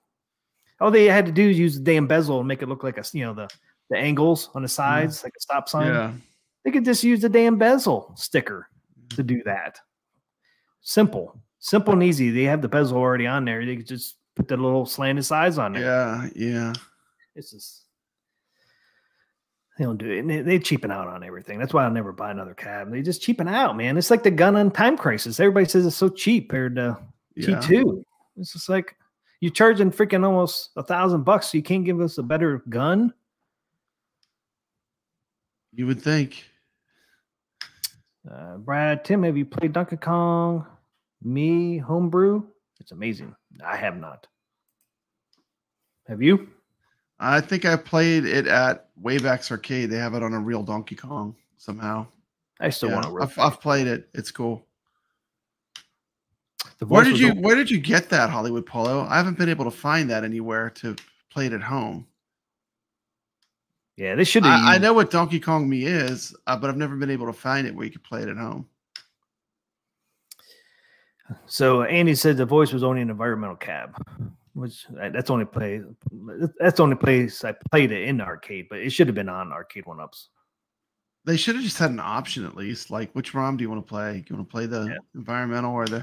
Because it's basically like a one game cab, isn't it? It's just two games. There's Tron and Discotron. They could have given it to you. It's no excuse for it, really. No, there's not. And who wants the better version? You just give us everything. So it's the environmental cap. So just throw it in there. Like you said, you could made it a third game, Discotron and Discotron. Environmental, yeah. You just went to a 3-game cap. We got 3 games, like 4 games, like they did on like thousands of games now. Like Battletoads, look, we're getting all these games. It's Battletoads 3 times. Yeah, the NES version. It's like it's two. The Swindle. Swindle. What does Hollywood Polo always say? It's a trap. It's a trap. It's a trap. It's a trap. It's a trap. Don't believe the hype. I used to call 1-Up half up, as their cabs are always missing something important. Yep. Bobby Hands, you are correct, sir. Always missing something. It's like you're not afraid of losing an Arcade 1-Up sponsorship in the future. Yeah. No sponsorships here. It's not worth that. But I'm still saving up for Tron. Nice. I mean, it's a nice cab, but you got to do things to it. I mean, you got to get a new spinner, get a new joystick. You got to swap out the marquee that's just made out of paper. Paper. It was paper. Wasn't even plastic. Wasn't even plastic. It was paper. I couldn't believe your video when I saw it. It was like, dang. It was all over the place because it wouldn't even scrape off. I know, it's terrible. Phil from PD7 was like, man, just peel that off. You can't peel it off. It's paper. It's paper, man. Glued on there. Really good. Yeah, that's why I got the GRS controls on there. But I still enjoy it, though. Only other thing they should have done, they could have done cheaply, would have been put the translucent on. Okay, you have a Tron. What's your favorite level? Do you like the tanks? Do you like the NPC cone? Do you like the spiders? Or do you like the light cycles? What's your favorite of the 4 games? Probably the light cycles, and then tanks, real close second. Yeah, the light cycles and the tanks. Yeah, I hate those dang light cycles. Those would get me every time. Oh man, I like the NPC cone, that little breakout kind of game that's in there. I love the spider level. Those are my favorites. But yeah, the spider level one has like get to the one where it's like a question mark.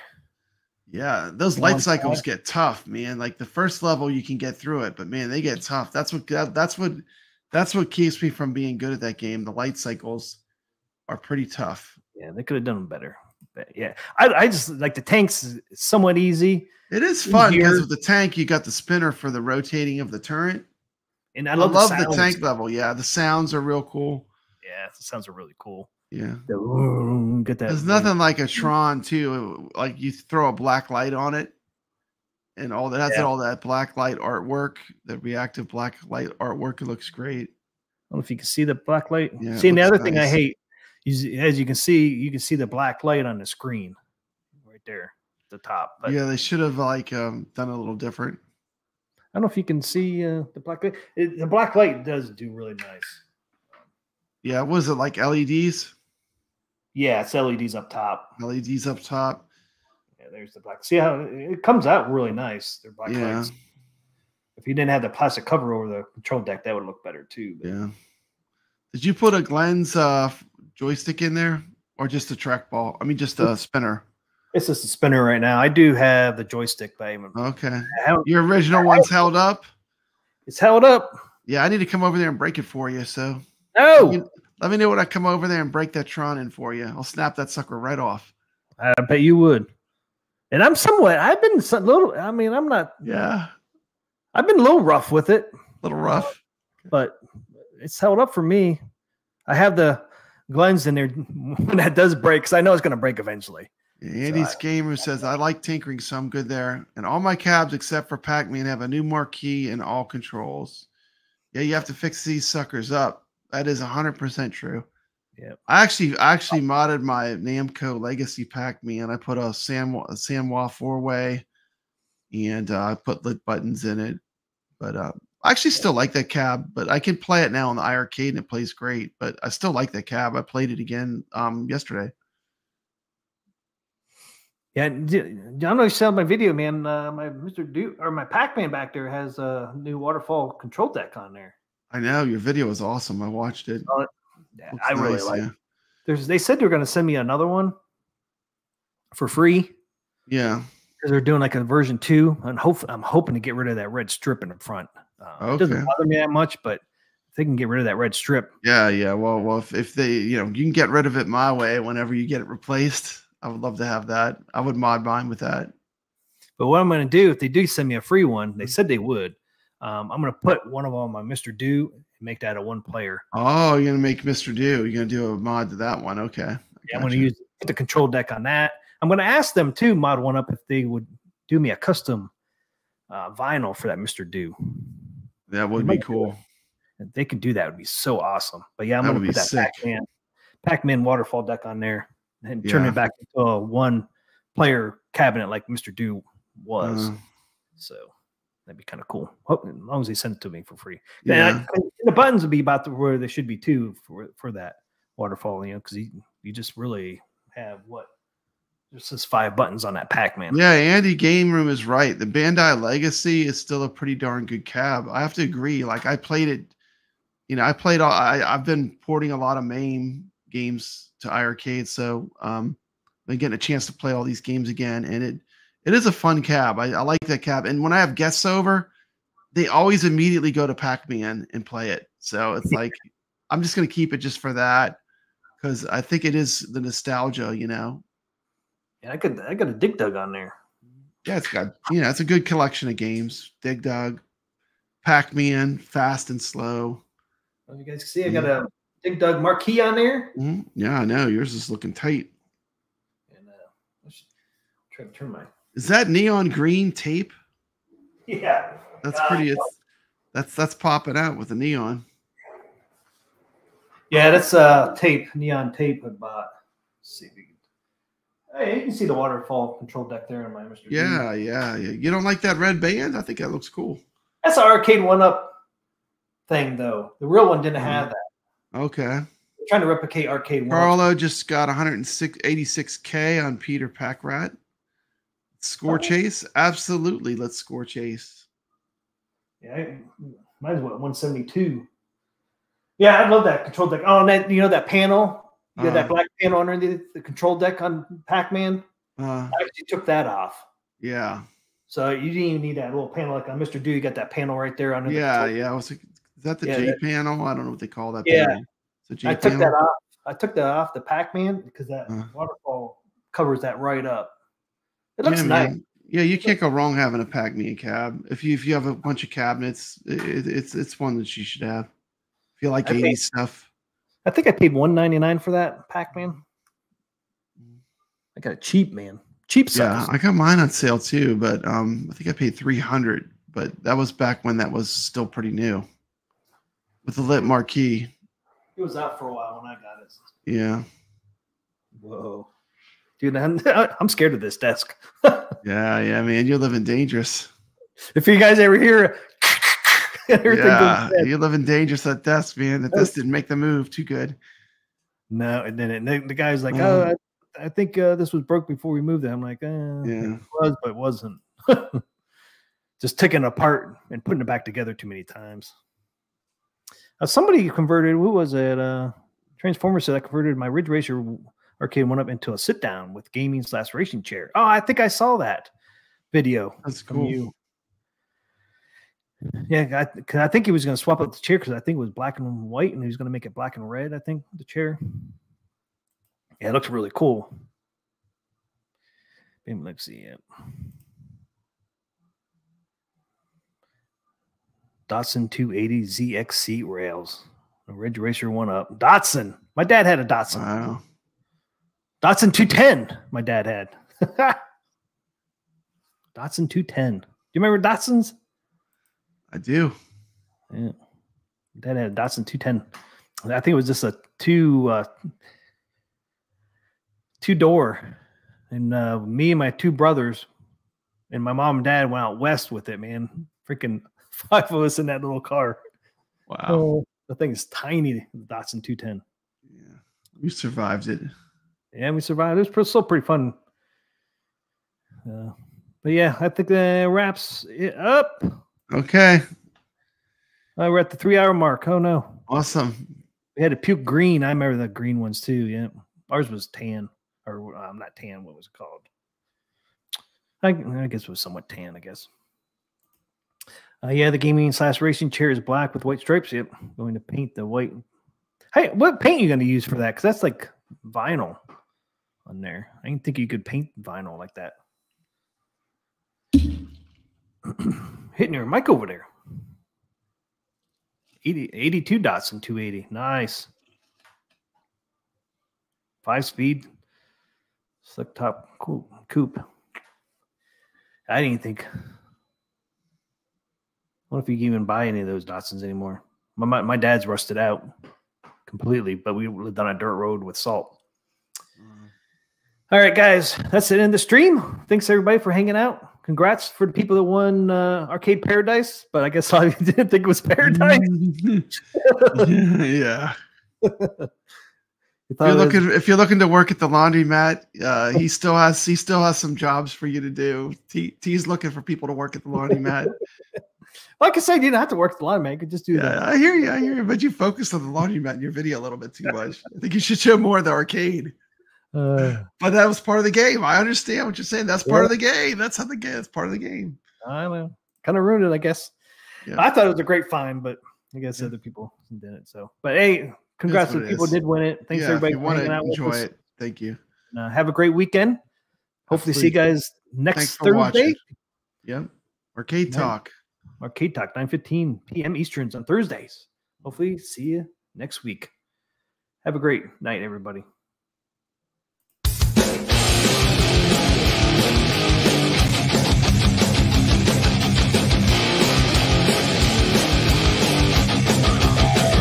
TMCLOSKY presents Arcade Talk Live Stream.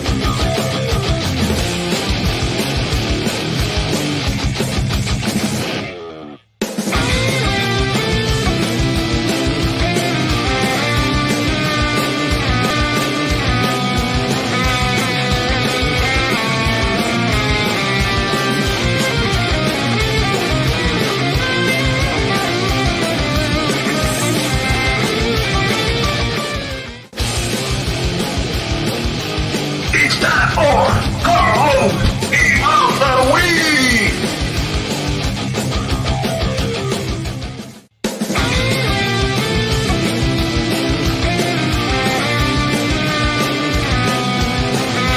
Welcome to Arcade Wars.